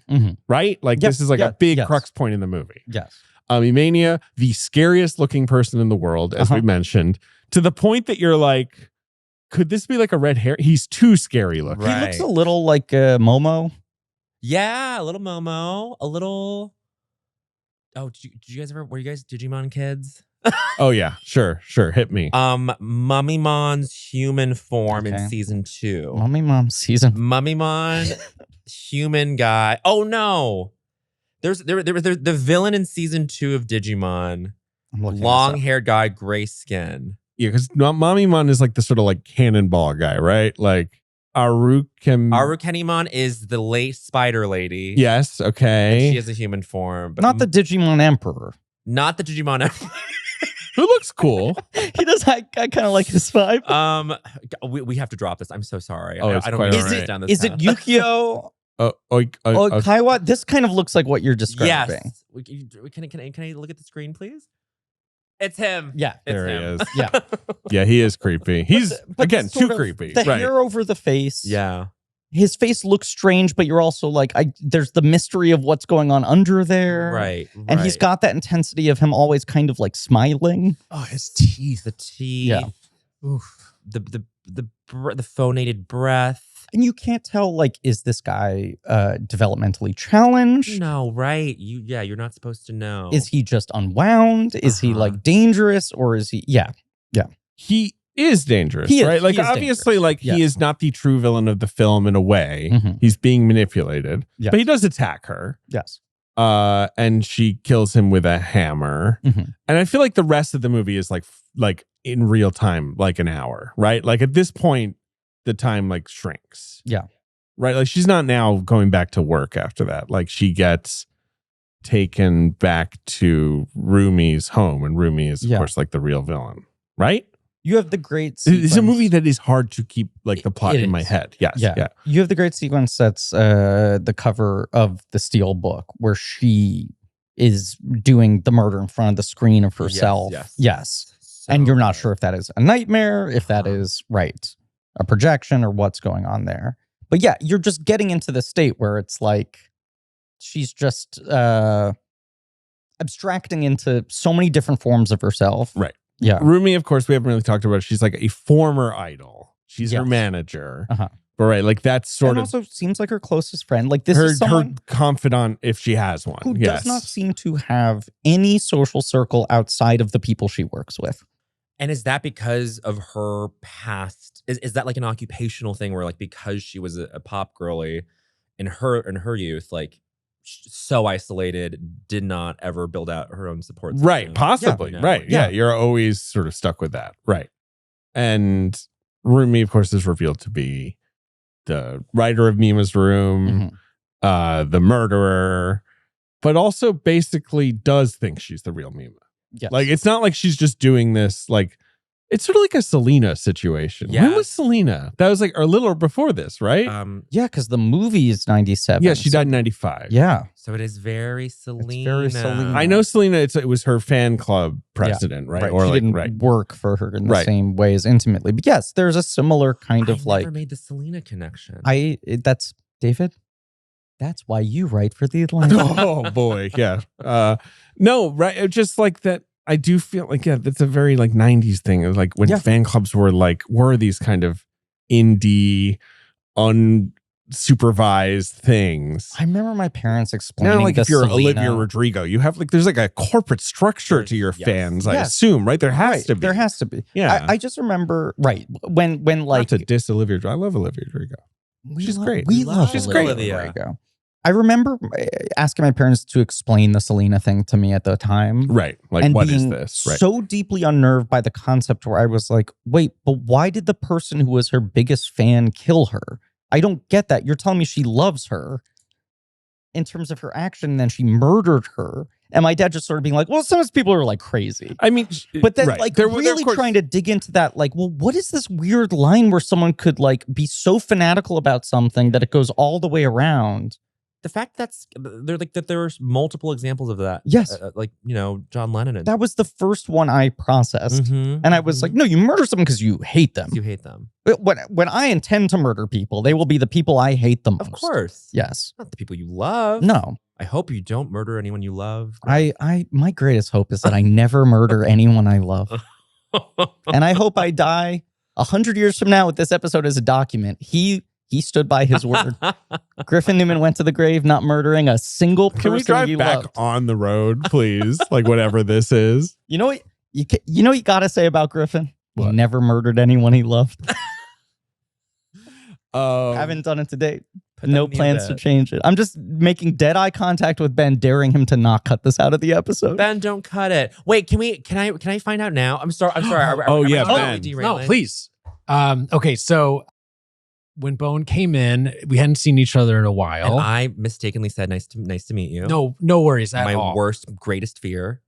But I wanted to wait until we were recording the episode to remind you, because we of course had recorded a blank check episode, but we had recorded another podcast together. Yes, please remind me. It was, of course, with one Snooki. Oh my God. Same God. studio. Yes. With Snooki and her friend. Of course. Her friend, Who was her Joey. lovely Joey. Does that show still exist? It sure does. Really? Yeah. Wow. It's all happening. It's happening. Happening. It's happening. Is it still like 95% Joey? I think so. Okay. Yeah. But did you retain the locket of hair that she gave to you? I did not retain it. What I retain is Joey and Snooki really trying to tease out of Matt that he was well endowed. Yes. And when I was slightly uncomfortable. They were wasted, and I'm so sorry that I No, put they you were into that lovely. situation. They were lovely. Oh my God, Ben, that's so funny. Ben was her producer for many years. But I had truly forgotten about this. That was like a brief little moment in my career. But I got not totally Wasn't that brief. brief? Like it was a year or two. guys, right? it was brief, and Okay, let's not dwell on it. Well, their last episode was called "We All Survived the Eclipse." I kind of want to listen. All right. Wow. All right. It's all happening. It's all Oh, happening. they just. It all looks like they happening. just do it on Zoom now. I think they might be phoning this in. Oh, I think literally. No. No. Which is fine. It's fine. I'm not judging. I'm Gotta not be in the judging. room. Gotta be in the But room. I had one of those like notifications from my photo app that was like a memory 8 from years what. ago. Yeah, exactly. Yeah. And I was like, oh my God. Wow. Yeah. the Snookster. The Snookster. Yeah. Good That's for so her. funny. Yeah, Snooki. She's just still out there. She's just still being Snooki. It is a thing I've kind of memory hold that for a while we'd like come into records and you'd be like, hey guys, I'm sorry. It's just like tough with Nicole today. Not that you were ever saying anything bad about her. No, You she did was always very call- lovely. You always called her Nicole. But it was just so funny when you'd like talk about like the grind of work Mhm. and just casually mention Snooki.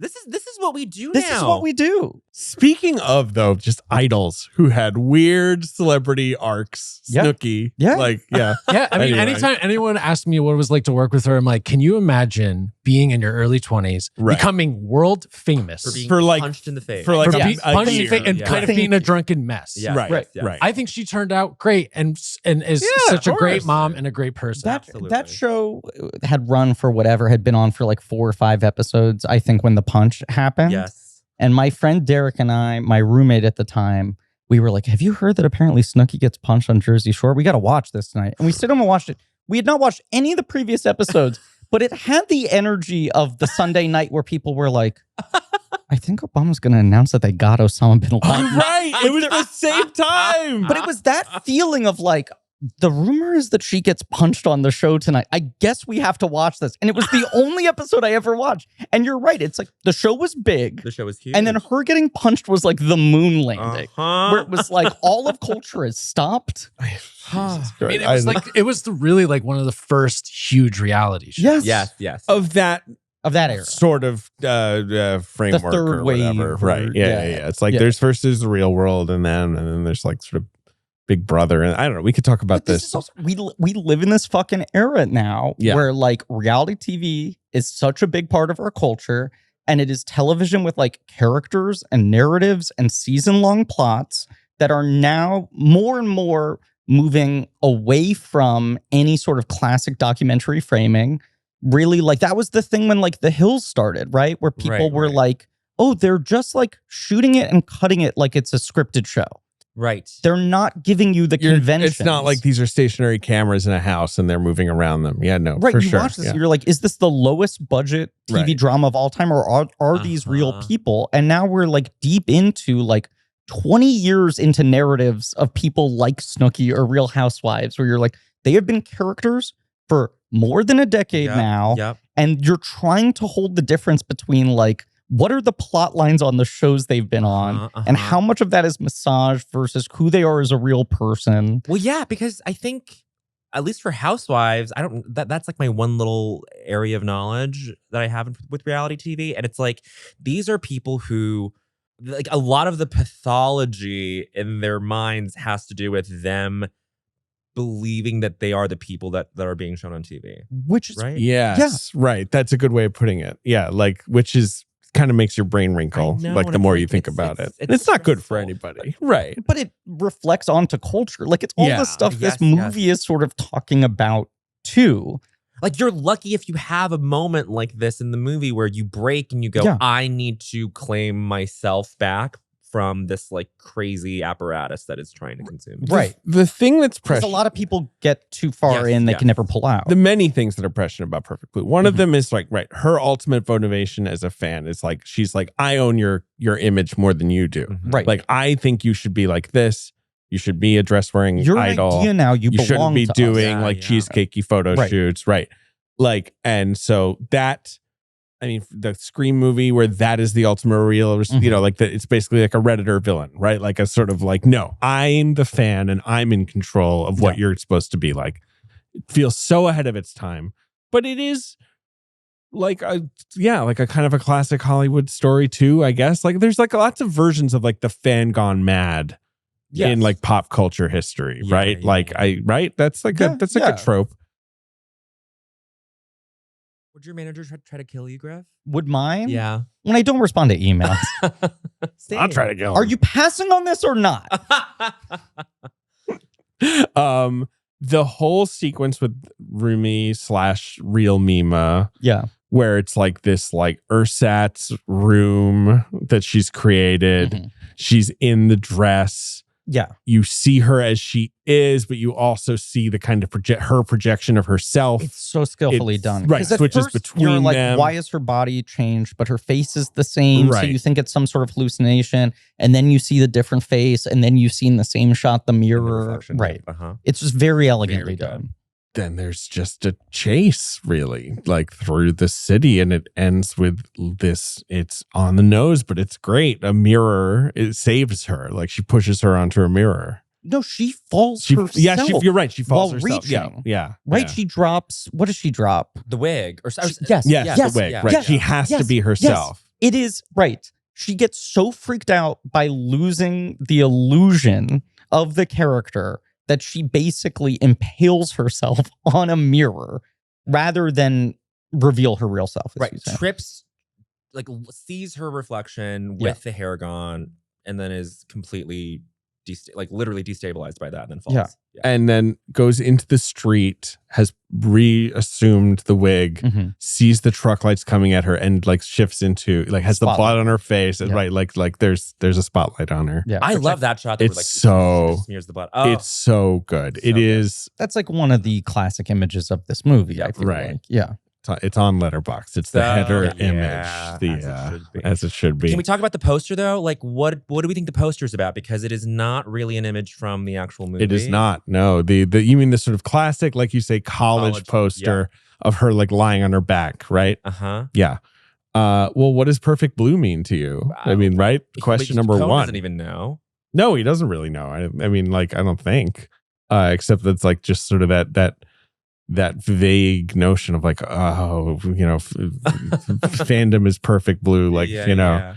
The poster is interesting. I'm just like Sounds significant and looking mysterious, now like I said. because then there's like There's like plants and flowers. there's and this stuff. one which looks like it's the French poster where the fish are sort of inside her body, and that Yeah. feels a little more reflective. There's the one that was used for the American release of her stabbing in Yes. front That of one's the- more direct. right. But like this image of her kind of like blending into the wall, like, because Looks it's like melancholy. Oh, it's like a it looks like wall. well, but I don't know if it is a wall, like, because it's kind of like this assortment of, like you say, like plants and There's toys. dimension. There's Right. like yeah. Right. Like, so it's kind of like she's like blurring into this, like, you know, fantasy, like imagery or of like her collected life. I don't know. It's a cool image. There's a part of me that and wonders. she's got like a bra strap down and like Right. it's like sort of a sexy picture. And like that's like the image she's seeking. And, you know, it's also like kind of eye catching. Also, how much of it is if you're making an anime film at this point in time that doesn't have girl robots are monsters, then the thing you need to sell is look at this pretty lady. Yeah, well, right. And that is weirdly like the image that is like does have a mood and a tone, but doesn't totally indicate how psychological the movie is. Because you read a lot of the reviews and people like, especially the American critics of the time, are like, well, it sure is weird that they decide to make an animated psychological horror movie. Sure, right. They're like, 6 out of 10. Why isn't it? Right. They just kind of Like, can't get more over crazy. this being the thing. Right. That's not what a cartoon's supposed to be. But and now, like, a horror animated movie seems so not pedestrian, but it seems so like, oh yeah, like easily Go off. Yeah, exactly. Yeah, and even in Japan, where you had a culture where animation was seen as a far more like versatile thing and a thing that was not just for children. Right. There still were entire genres that people were not touching. Yeah. At all. Totally. There wasn't the same sort of like cultural infantilization about it, but there still was this kind of like these walls put up. Yes. Yeah. Totally. There is a happy ending. Yeah. Like a pretty straightforward one, like kind of almost like the end of Psycho or whatever. It's like, here we are, time later. Rumi is now in a mental institution. She's got dissociative identity, something. She thinks she's a pop idol. And Mima is like, I am the real Mima, like as she leaves, basically, because people are like, is this a double or something? It is not ending with her like looking in a mirror and seeing the wrong image. Which is like an easy way for a movie like this to end, where it's like, it's not over. You know, like half these movies would end that way. The last line is, no, I'm the real thing. Right. Hard cut to black. Yeah. It's like a finite, she's got a sense of self. The film came out. We can talk about sort of Darren in a second, because that's like the last thing. But the film came out, was shown at film festivals in 1997, released in Japan, February 1998, did premiere in American theaters, August 1999, only made about $100,000. Was not a huge success anywhere. Even in Japan. Even in Japan, but was well had regarded. esteem, though. Yeah. Yeah. And Kon said, like, look, I was hesitant about even being shown in theaters. It was not supposed to be, you know, that was not the concept of the movie.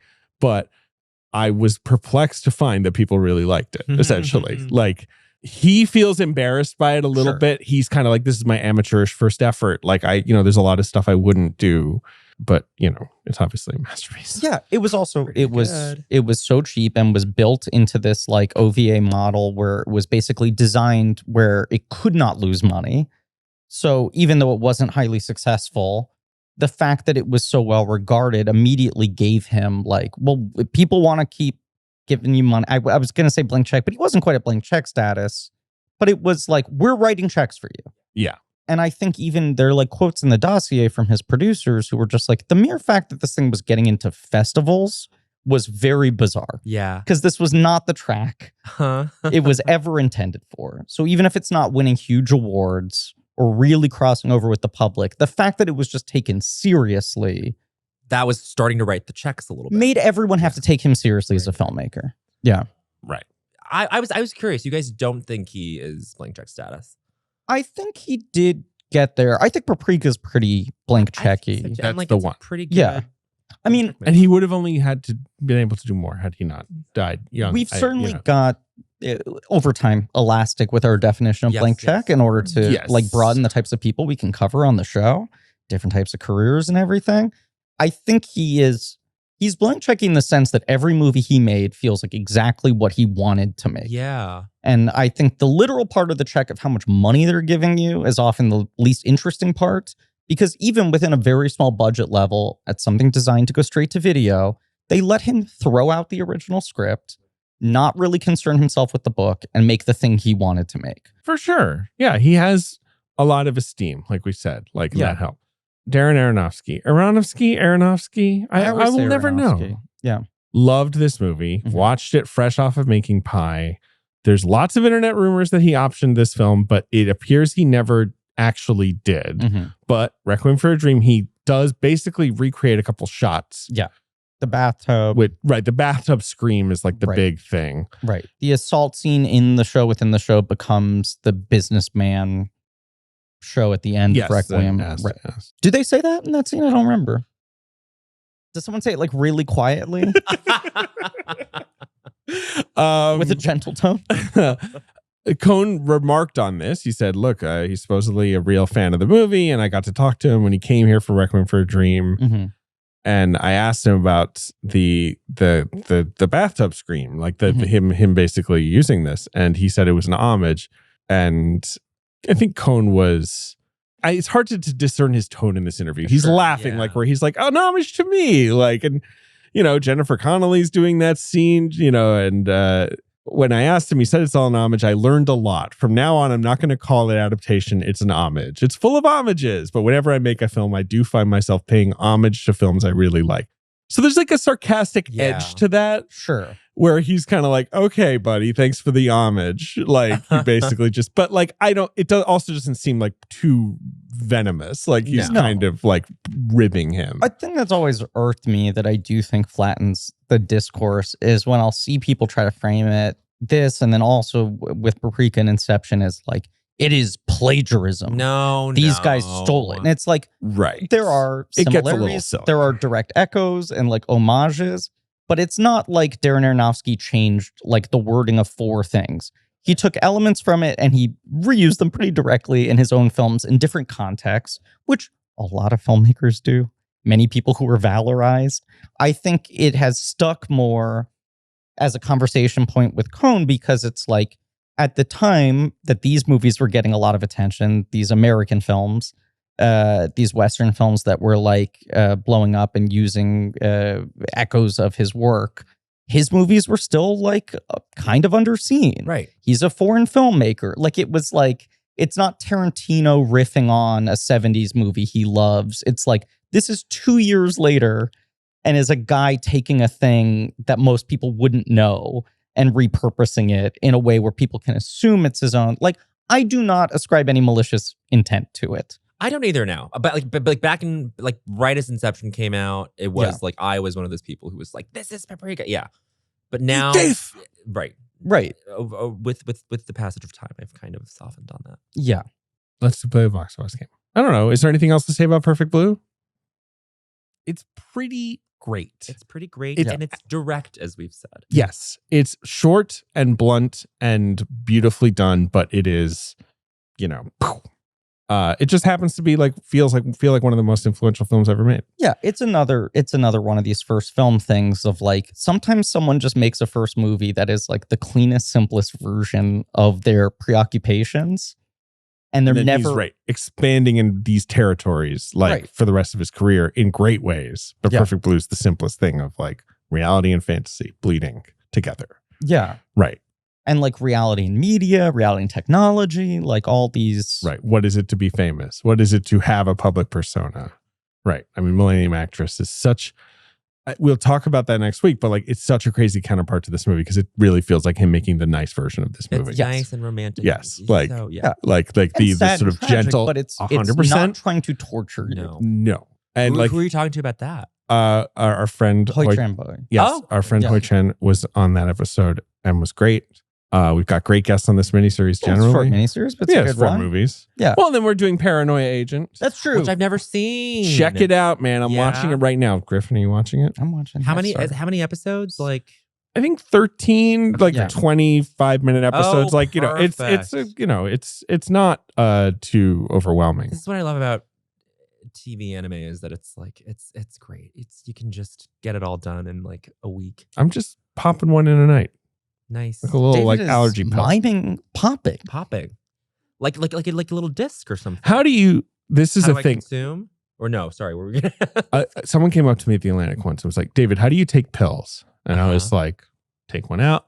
Yeah. Right? Put it on the tongue. I would say that's how I Okay, do so it. what David mimed was pulling with 2 fingers out of a bottle, pulling a pill out, sticking your tongue out, and then placing it on the tongue. He was like, that's right. That's how half of people take pills. The other half of people just sort of put it in their mouth. That's what I do. Right.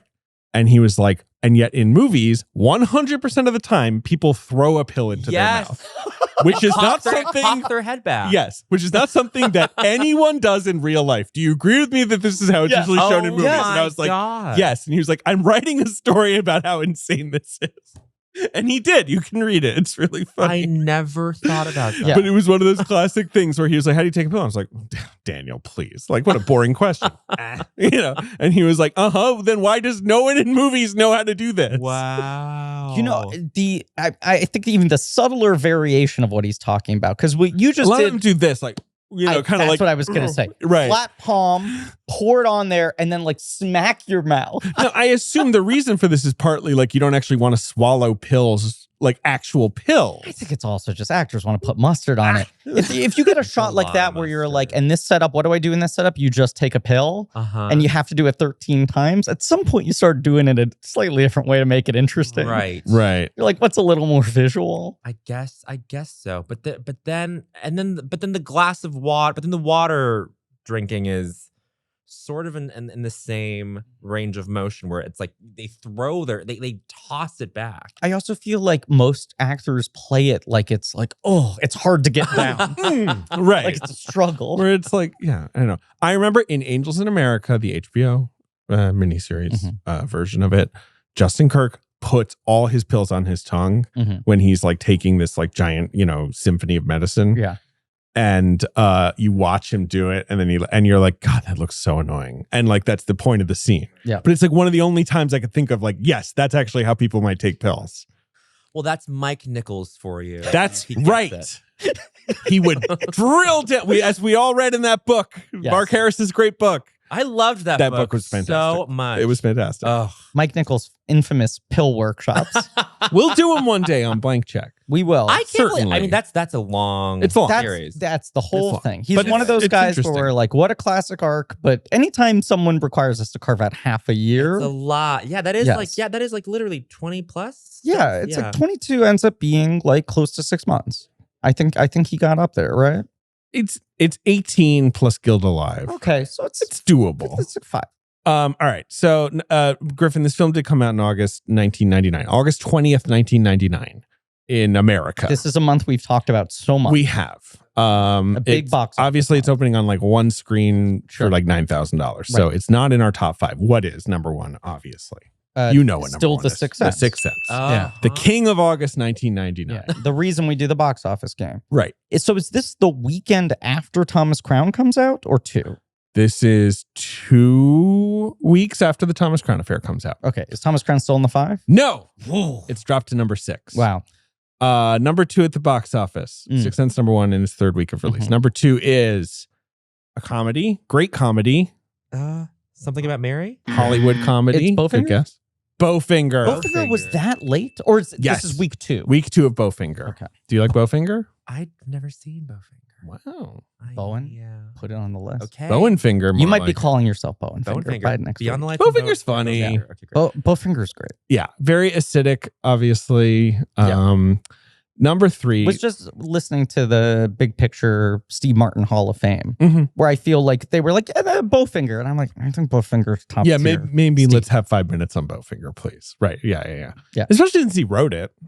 Yeah, he wrote it. It's Yeah. like his last auteurist comedy.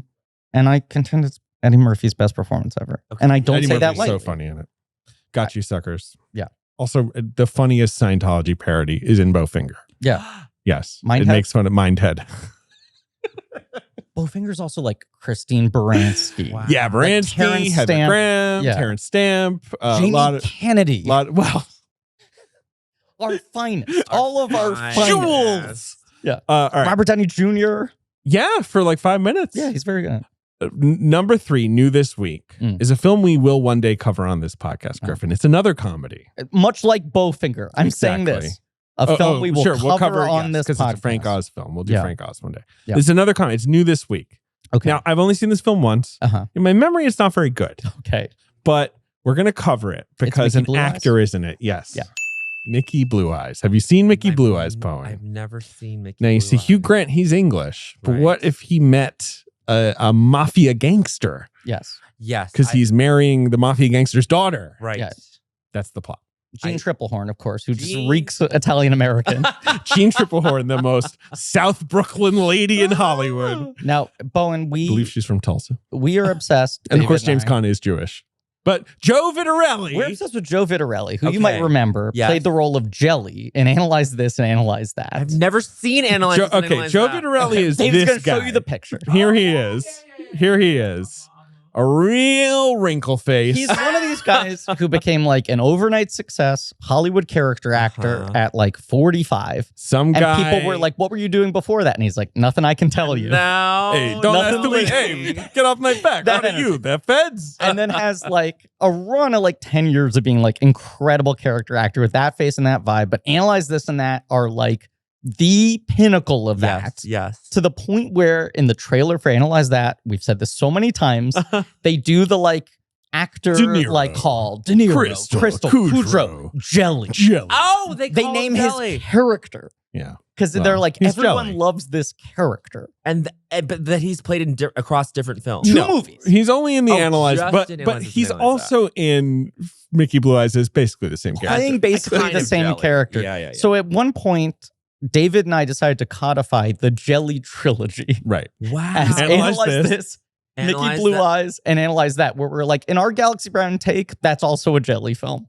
Right. So we're going to talk about 1000%. that sometime. Oh my God. We're gonna Mickey do the Blue Jelly Eyes. trilogy. They've created a mobster. Have you seen Mickey Blue Eyes? I don't think I ever saw it. Yeah. In my memory, it's pretty bad, but maybe it'll charm the hell out of us. I should save this story for the Mickey Blue Eyes episode. Okay. Please. Number 4 at the box office is another comedy. It came up on 2 blank check episodes in a row because I like a particular joke in it. It's Runaway Bride. It's Runaway Bride. Oh, what's the surely joke? you have seen Runaway Bride. I've seen Runaway Bride. Can you deliver the joke again? When she runs away from his wedding. Yep. She runs away. She's the runaway. The titular act. She does it. Yeah. She jumps on a FedEx truck to get away. Richard Gere's running after her. Hector Elizondo and Rita Wilson. Not Jolie Fisher, who I usually say it is. And then I remember, no, it's Rita Wilson. Lovely Rita. Rita Wilson says, where's she going? And Hector Elizondo says, I don't know, but wherever it is, she'll be there by 10 a.m. tomorrow or whatever. And everyone went crazy in my theater because it's funny. In 1999, you remember? 1999. I remember it Dave so remembers it as the greatest response he has ever heard to anything, right? You cite it as like, it was have like never heard an audience Stone react. Cold Steve Austin at WrestleMania. Wow. Like the People pop go in the berserk. audience. Wow. Yes. Do you like Runaway Bride? Not a film I've seen since. It's not a film I've seen since childhood. Yeah. But She's a Runaway Bride. She's a Runaway Bride. Not her best. Yeah, she's got done better. Putting sneakers on. Right. What To a run year away. for her, though. Is Notting Hill the same? And is there anything else? In the span of 12 months, Notting Hill, Runaway Bride, Aaron Brockovich. and Aaron Brockovich all 2000? come out. Yeah. It's 99 to 2000. Yeah, that's pretty. Great It's time. pretty impressive, Right? It's like because Runaway summer to Bride spring. made a ton of money. It was a huge Ton hit. of money. Yeah. Yeah. Number 5, the box office. Griffin, it's the box office success story of the year, even more so than The Sixth Sense. What is it? Star Wars Episode 1, The Phantom Menace? That's number 16. Oh. Not the highest grosser. The most But the interesting story, story yes. is the Blair Witch Project, The Blair Witch Project. which is now announced to be rebooted yet again. Thank God. Jason need it. Blum has snatched those rights. Do you like the Blair Witch Project, Bowen? Guys, Never this seen? is my thing. I am one of the most film illiterate people. out You are there. not. That's not true. I That's not kind true. of You've am. seen That's Perfect not true. Blue? I've seen, but that's like my one little outlier. I really haven't seen I mean, most. He hasn't seen the Jelly trilogy. We I haven't should seen the Jelly acknowledge. trilogy, and I have not seen Blair Witch Project. That movie freaks me out more than anything to this day. I remember Mad TV did a parody of the Oscars where someone was singing it was an Oscars where someone was singing the song from Book of Shadows, Blair Witch 2. And I think that's one of their very That sounds funny. it's very funny. Book of Shadows, Blair Witch 2 is one of the craziest premises for a horror sequel ever. I assume you don't know this premise of the film, I don't. but it is literally the characters saw the Blair Witch Project, thought it was real, so they went to the place they Yes. think it's set in, and then some crazy shit happens to them. Right. But it's like a film that acknowledges that their Blair Witch Project is a movie. And it's also a traditional narrative scripted film, with Yes. traditional film language, directed by a documentary filmmaker Right. who had made true crime documentaries, had done the West Memphis. Joe Berlinger, of course. Right. Yeah. So it doesn't work. It doesn't. It's one of those things that on paper you're like, this has to be interesting. And Yeah. you watch it and you're like, this is weirdly not interesting. But speaks so much to mainstream filmmaking thought at the time. Because it's even like artisan. Well, it's like an independent studio. Yes. But they were like, there's this found footage movie that felt so real, people thought it was real. And it created a cultural phenomenon. We have to make a sequel. Well, obviously, we're going to make it a normal movie this time. We can't do that weird shit again. But I also just feel like the fact that this pitch got through the door rather than just like, it's a movie about the Blair Witch terrorizing some people. Right. Like, is that like they had to make it so fast. Right. Like, this is hot. Let's order, because the movie comes out a year later. Yes. You know, that they're like, the guy comes in, he's like, well, what about this? And they're like, sure. You know what? Like, this is the camera, and you can go to Blair Witchland anytime. And just can you be done by May? Compare it to 10 years later, Jason Blum with Paranormal Activity. Yeah. Similarly, those movies, they turn out the sequels. Each one comes out like a year later to the date. Right. And he was like, you know what we're going to do? We're going to set up a camera in a different fucking couple's bedroom. There is a language to these movies. We know what they bought. We're going to do it again. Yeah, they sure did. Good for them. We're not changing the Paranormal Activity 3, the best one, is set in the 80s and has to have so much dialogue of people being like, I know it's crazy we have so many cameras, but like, that's also the exact thing people liked about it, though. They're like, they're explaining. That movie rocks. I run a small business that films kids' birthday parties, and you were like, good justification. Way better than the fifth one that's like, the Xbox Kinect is haunted. And you're like, okay, guys. Right, that's the fifth one? Yeah. There's one where the Xbox keeps turning on and you're like, guys. Oh my God. This activity is not paranormal enough. No. And they're like, okay, we got it. We're only going to make 4 more. Okay. It's running Latino a spinoff. All right. Number 6 is The Thomas Crown Affair. Number 7 is Universal Soldier 2: The Return, new this week. That's the one with Van Damme and Goldberg. Wow. But no Dolph. No Dolph. No Dolph. No Dolph. No Dolph. No Dolph. Maybe Michael J. White. I believe so. I think never seen. We'll do it one day when we cover the like 8 Universal Soldier movies. Number 8, Inspector Gadget. Oh my God, with Matthew Broderick. Correct. Which I've always said they should have rebooted with Griffin Newman. He's been saying this for Griff, you would be so imagine that guy going Gadget. I could go Gadget with the best of them. I do believe, I don't know the status of it, but I believe several years ago it was announced your coworkers, Mikey Day and Streeter Seidel, we're doing it. Yes, it was announced. Yes, they were writing it. I don't know what the status. I'm not angling to get in there. I'm just curious. No, and I know you aren't angling, but I will vouch for you. I'm a Gadget fan. I'd love to see Gadget back on the big screen where he belongs. Good. It doesn't have to be me. You, Mikey, and Streeter, that's a good trio of boys. See, when David's been pushing this for almost a decade. I just was kind of like, if I'm like your manager and I've got like a slinky in my hands, and I'm like, what would Griffin, like, what project do we need for him? Because there was Gadget Boy, who existed later, who was like the Muppet Baby version. I was like, you want me to play Gadget Boy? And he was like, no, I think you can grow into the Inspector. Mr. Inspector. Mr. Inspector. Do all managers have slinkies to you, David? I think it's that Simpsons gag where Brian Glazer has the slinky. I think that's what I'm thinking of, right? Yeah. Where he's like, I've talked about this before, I think, because when it comes up in the box office game. Slinky. Yeah. The Inspector Gadget trailer is like 60% footage that's not in the movie. Right. And that is a movie that is like 62 minutes long with like extended credit outtakes. It is short. And you're like, it's 78 minutes long. That is so funny. Like a Disney movie that was in theaters. Yeah. There's like it makes Perfect Blue look like Satan Tango. Yeah. And you watch this trailer and you're like, did they cut 40? Like, did they do like Once Upon a Time in America on this movie? I don't think there's a secret miracle cut of that film. But you're like, there are entire plot lines that clearly have just been lifted. I know. And then I recently joined the Inspector Gadget subreddit. Okay. I was like, let's spend less time looking at the podcast subreddit. Let's find healthier subreddits. So healthy. Every fucking day, some guy posts more uncovered Inspector Gadget concept art. They got like all the people who worked on Blade Runner. Just dumping it. Right. Yeah. That's amazing. And you're like, this is the best looking shit I've ever seen. And they cut all of it. They cut all of it. And I'm like, what happened in the development of the Inspector Gadget movie? Oh. Wow. I don't know. Very interesting. Now we'll check it out. 20-part investigative series. Yeah, Mikey and Streeter announced in 2019. So like, I feel like, well, whatever. Like TikTok. There's a draft somewhere, and I will. I'm just curious. You'll surface it. I will surface it. All right, number 9 at the box office is Deep Blue Sea. Ben. My hat is like a shark's fin. Right. That was LL It's a Cool J's thing, song LL from Cool the J. film. Does that spark anything for you? No. LL Cool J. It was the song at the end of the movie. My hat is like a shark's fin. Yeah, that's what he argues. And the hat's a Kangol? It's like We don't actually know. What is I that? don't know if he's even Does he wearing even a say hat. like I'm wearing this kind of hat, by the way, and that's why it's like a shark's fin? LL Cool J had some hat versatility. I feel like he had a bucket hat era. He had a Kangol era. yeah, he looks good in a hat. Yeah, Yeah. it's great hat. Or without. Great hat. But none of them are particularly shark's fin-esque. I was good. Yeah. I don't know why. It's just anytime LL Cool J comes up, I think of that lyric in particular because it doesn't really make sense. No. Number 10 at the box office is opening this weekend, bombing hard, the Katie Holmes, Helen Mirren two-hander, Teaching Mrs. Tingle. Teaching Mrs. Tingle. Sort of forgotten.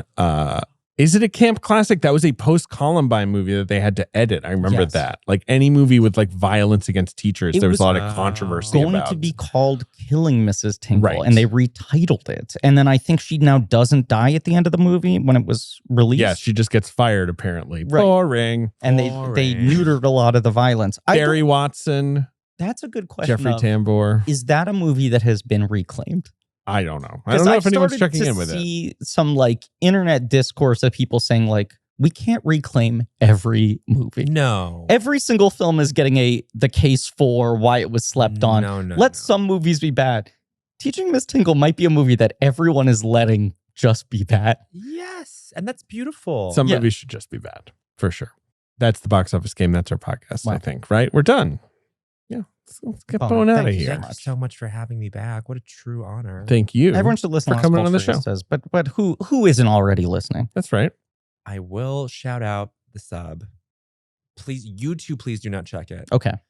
But every now and then I'll go on there just to see what everyone's saying, and it's a good group of people. You're saying our sub? Yours, mine. It's a bunch of sweet people. Yeah. Sometimes they'll be a little out of pocket, but Sure. I think that's true of every exists to get out of sub. pocket. Yeah. Yeah. You know, On the grand scale of things, our sub is a lot healthier than most corners of the internet. and that speaks to you two. We have tried to curate to set a tone. Yes, and I think you've done that successfully. I love you two very much. You're very Love kind. you too, Bowen. Thank you so Is much. there, is there anything else? No, No? not Yeah. really. Well, shout out? No?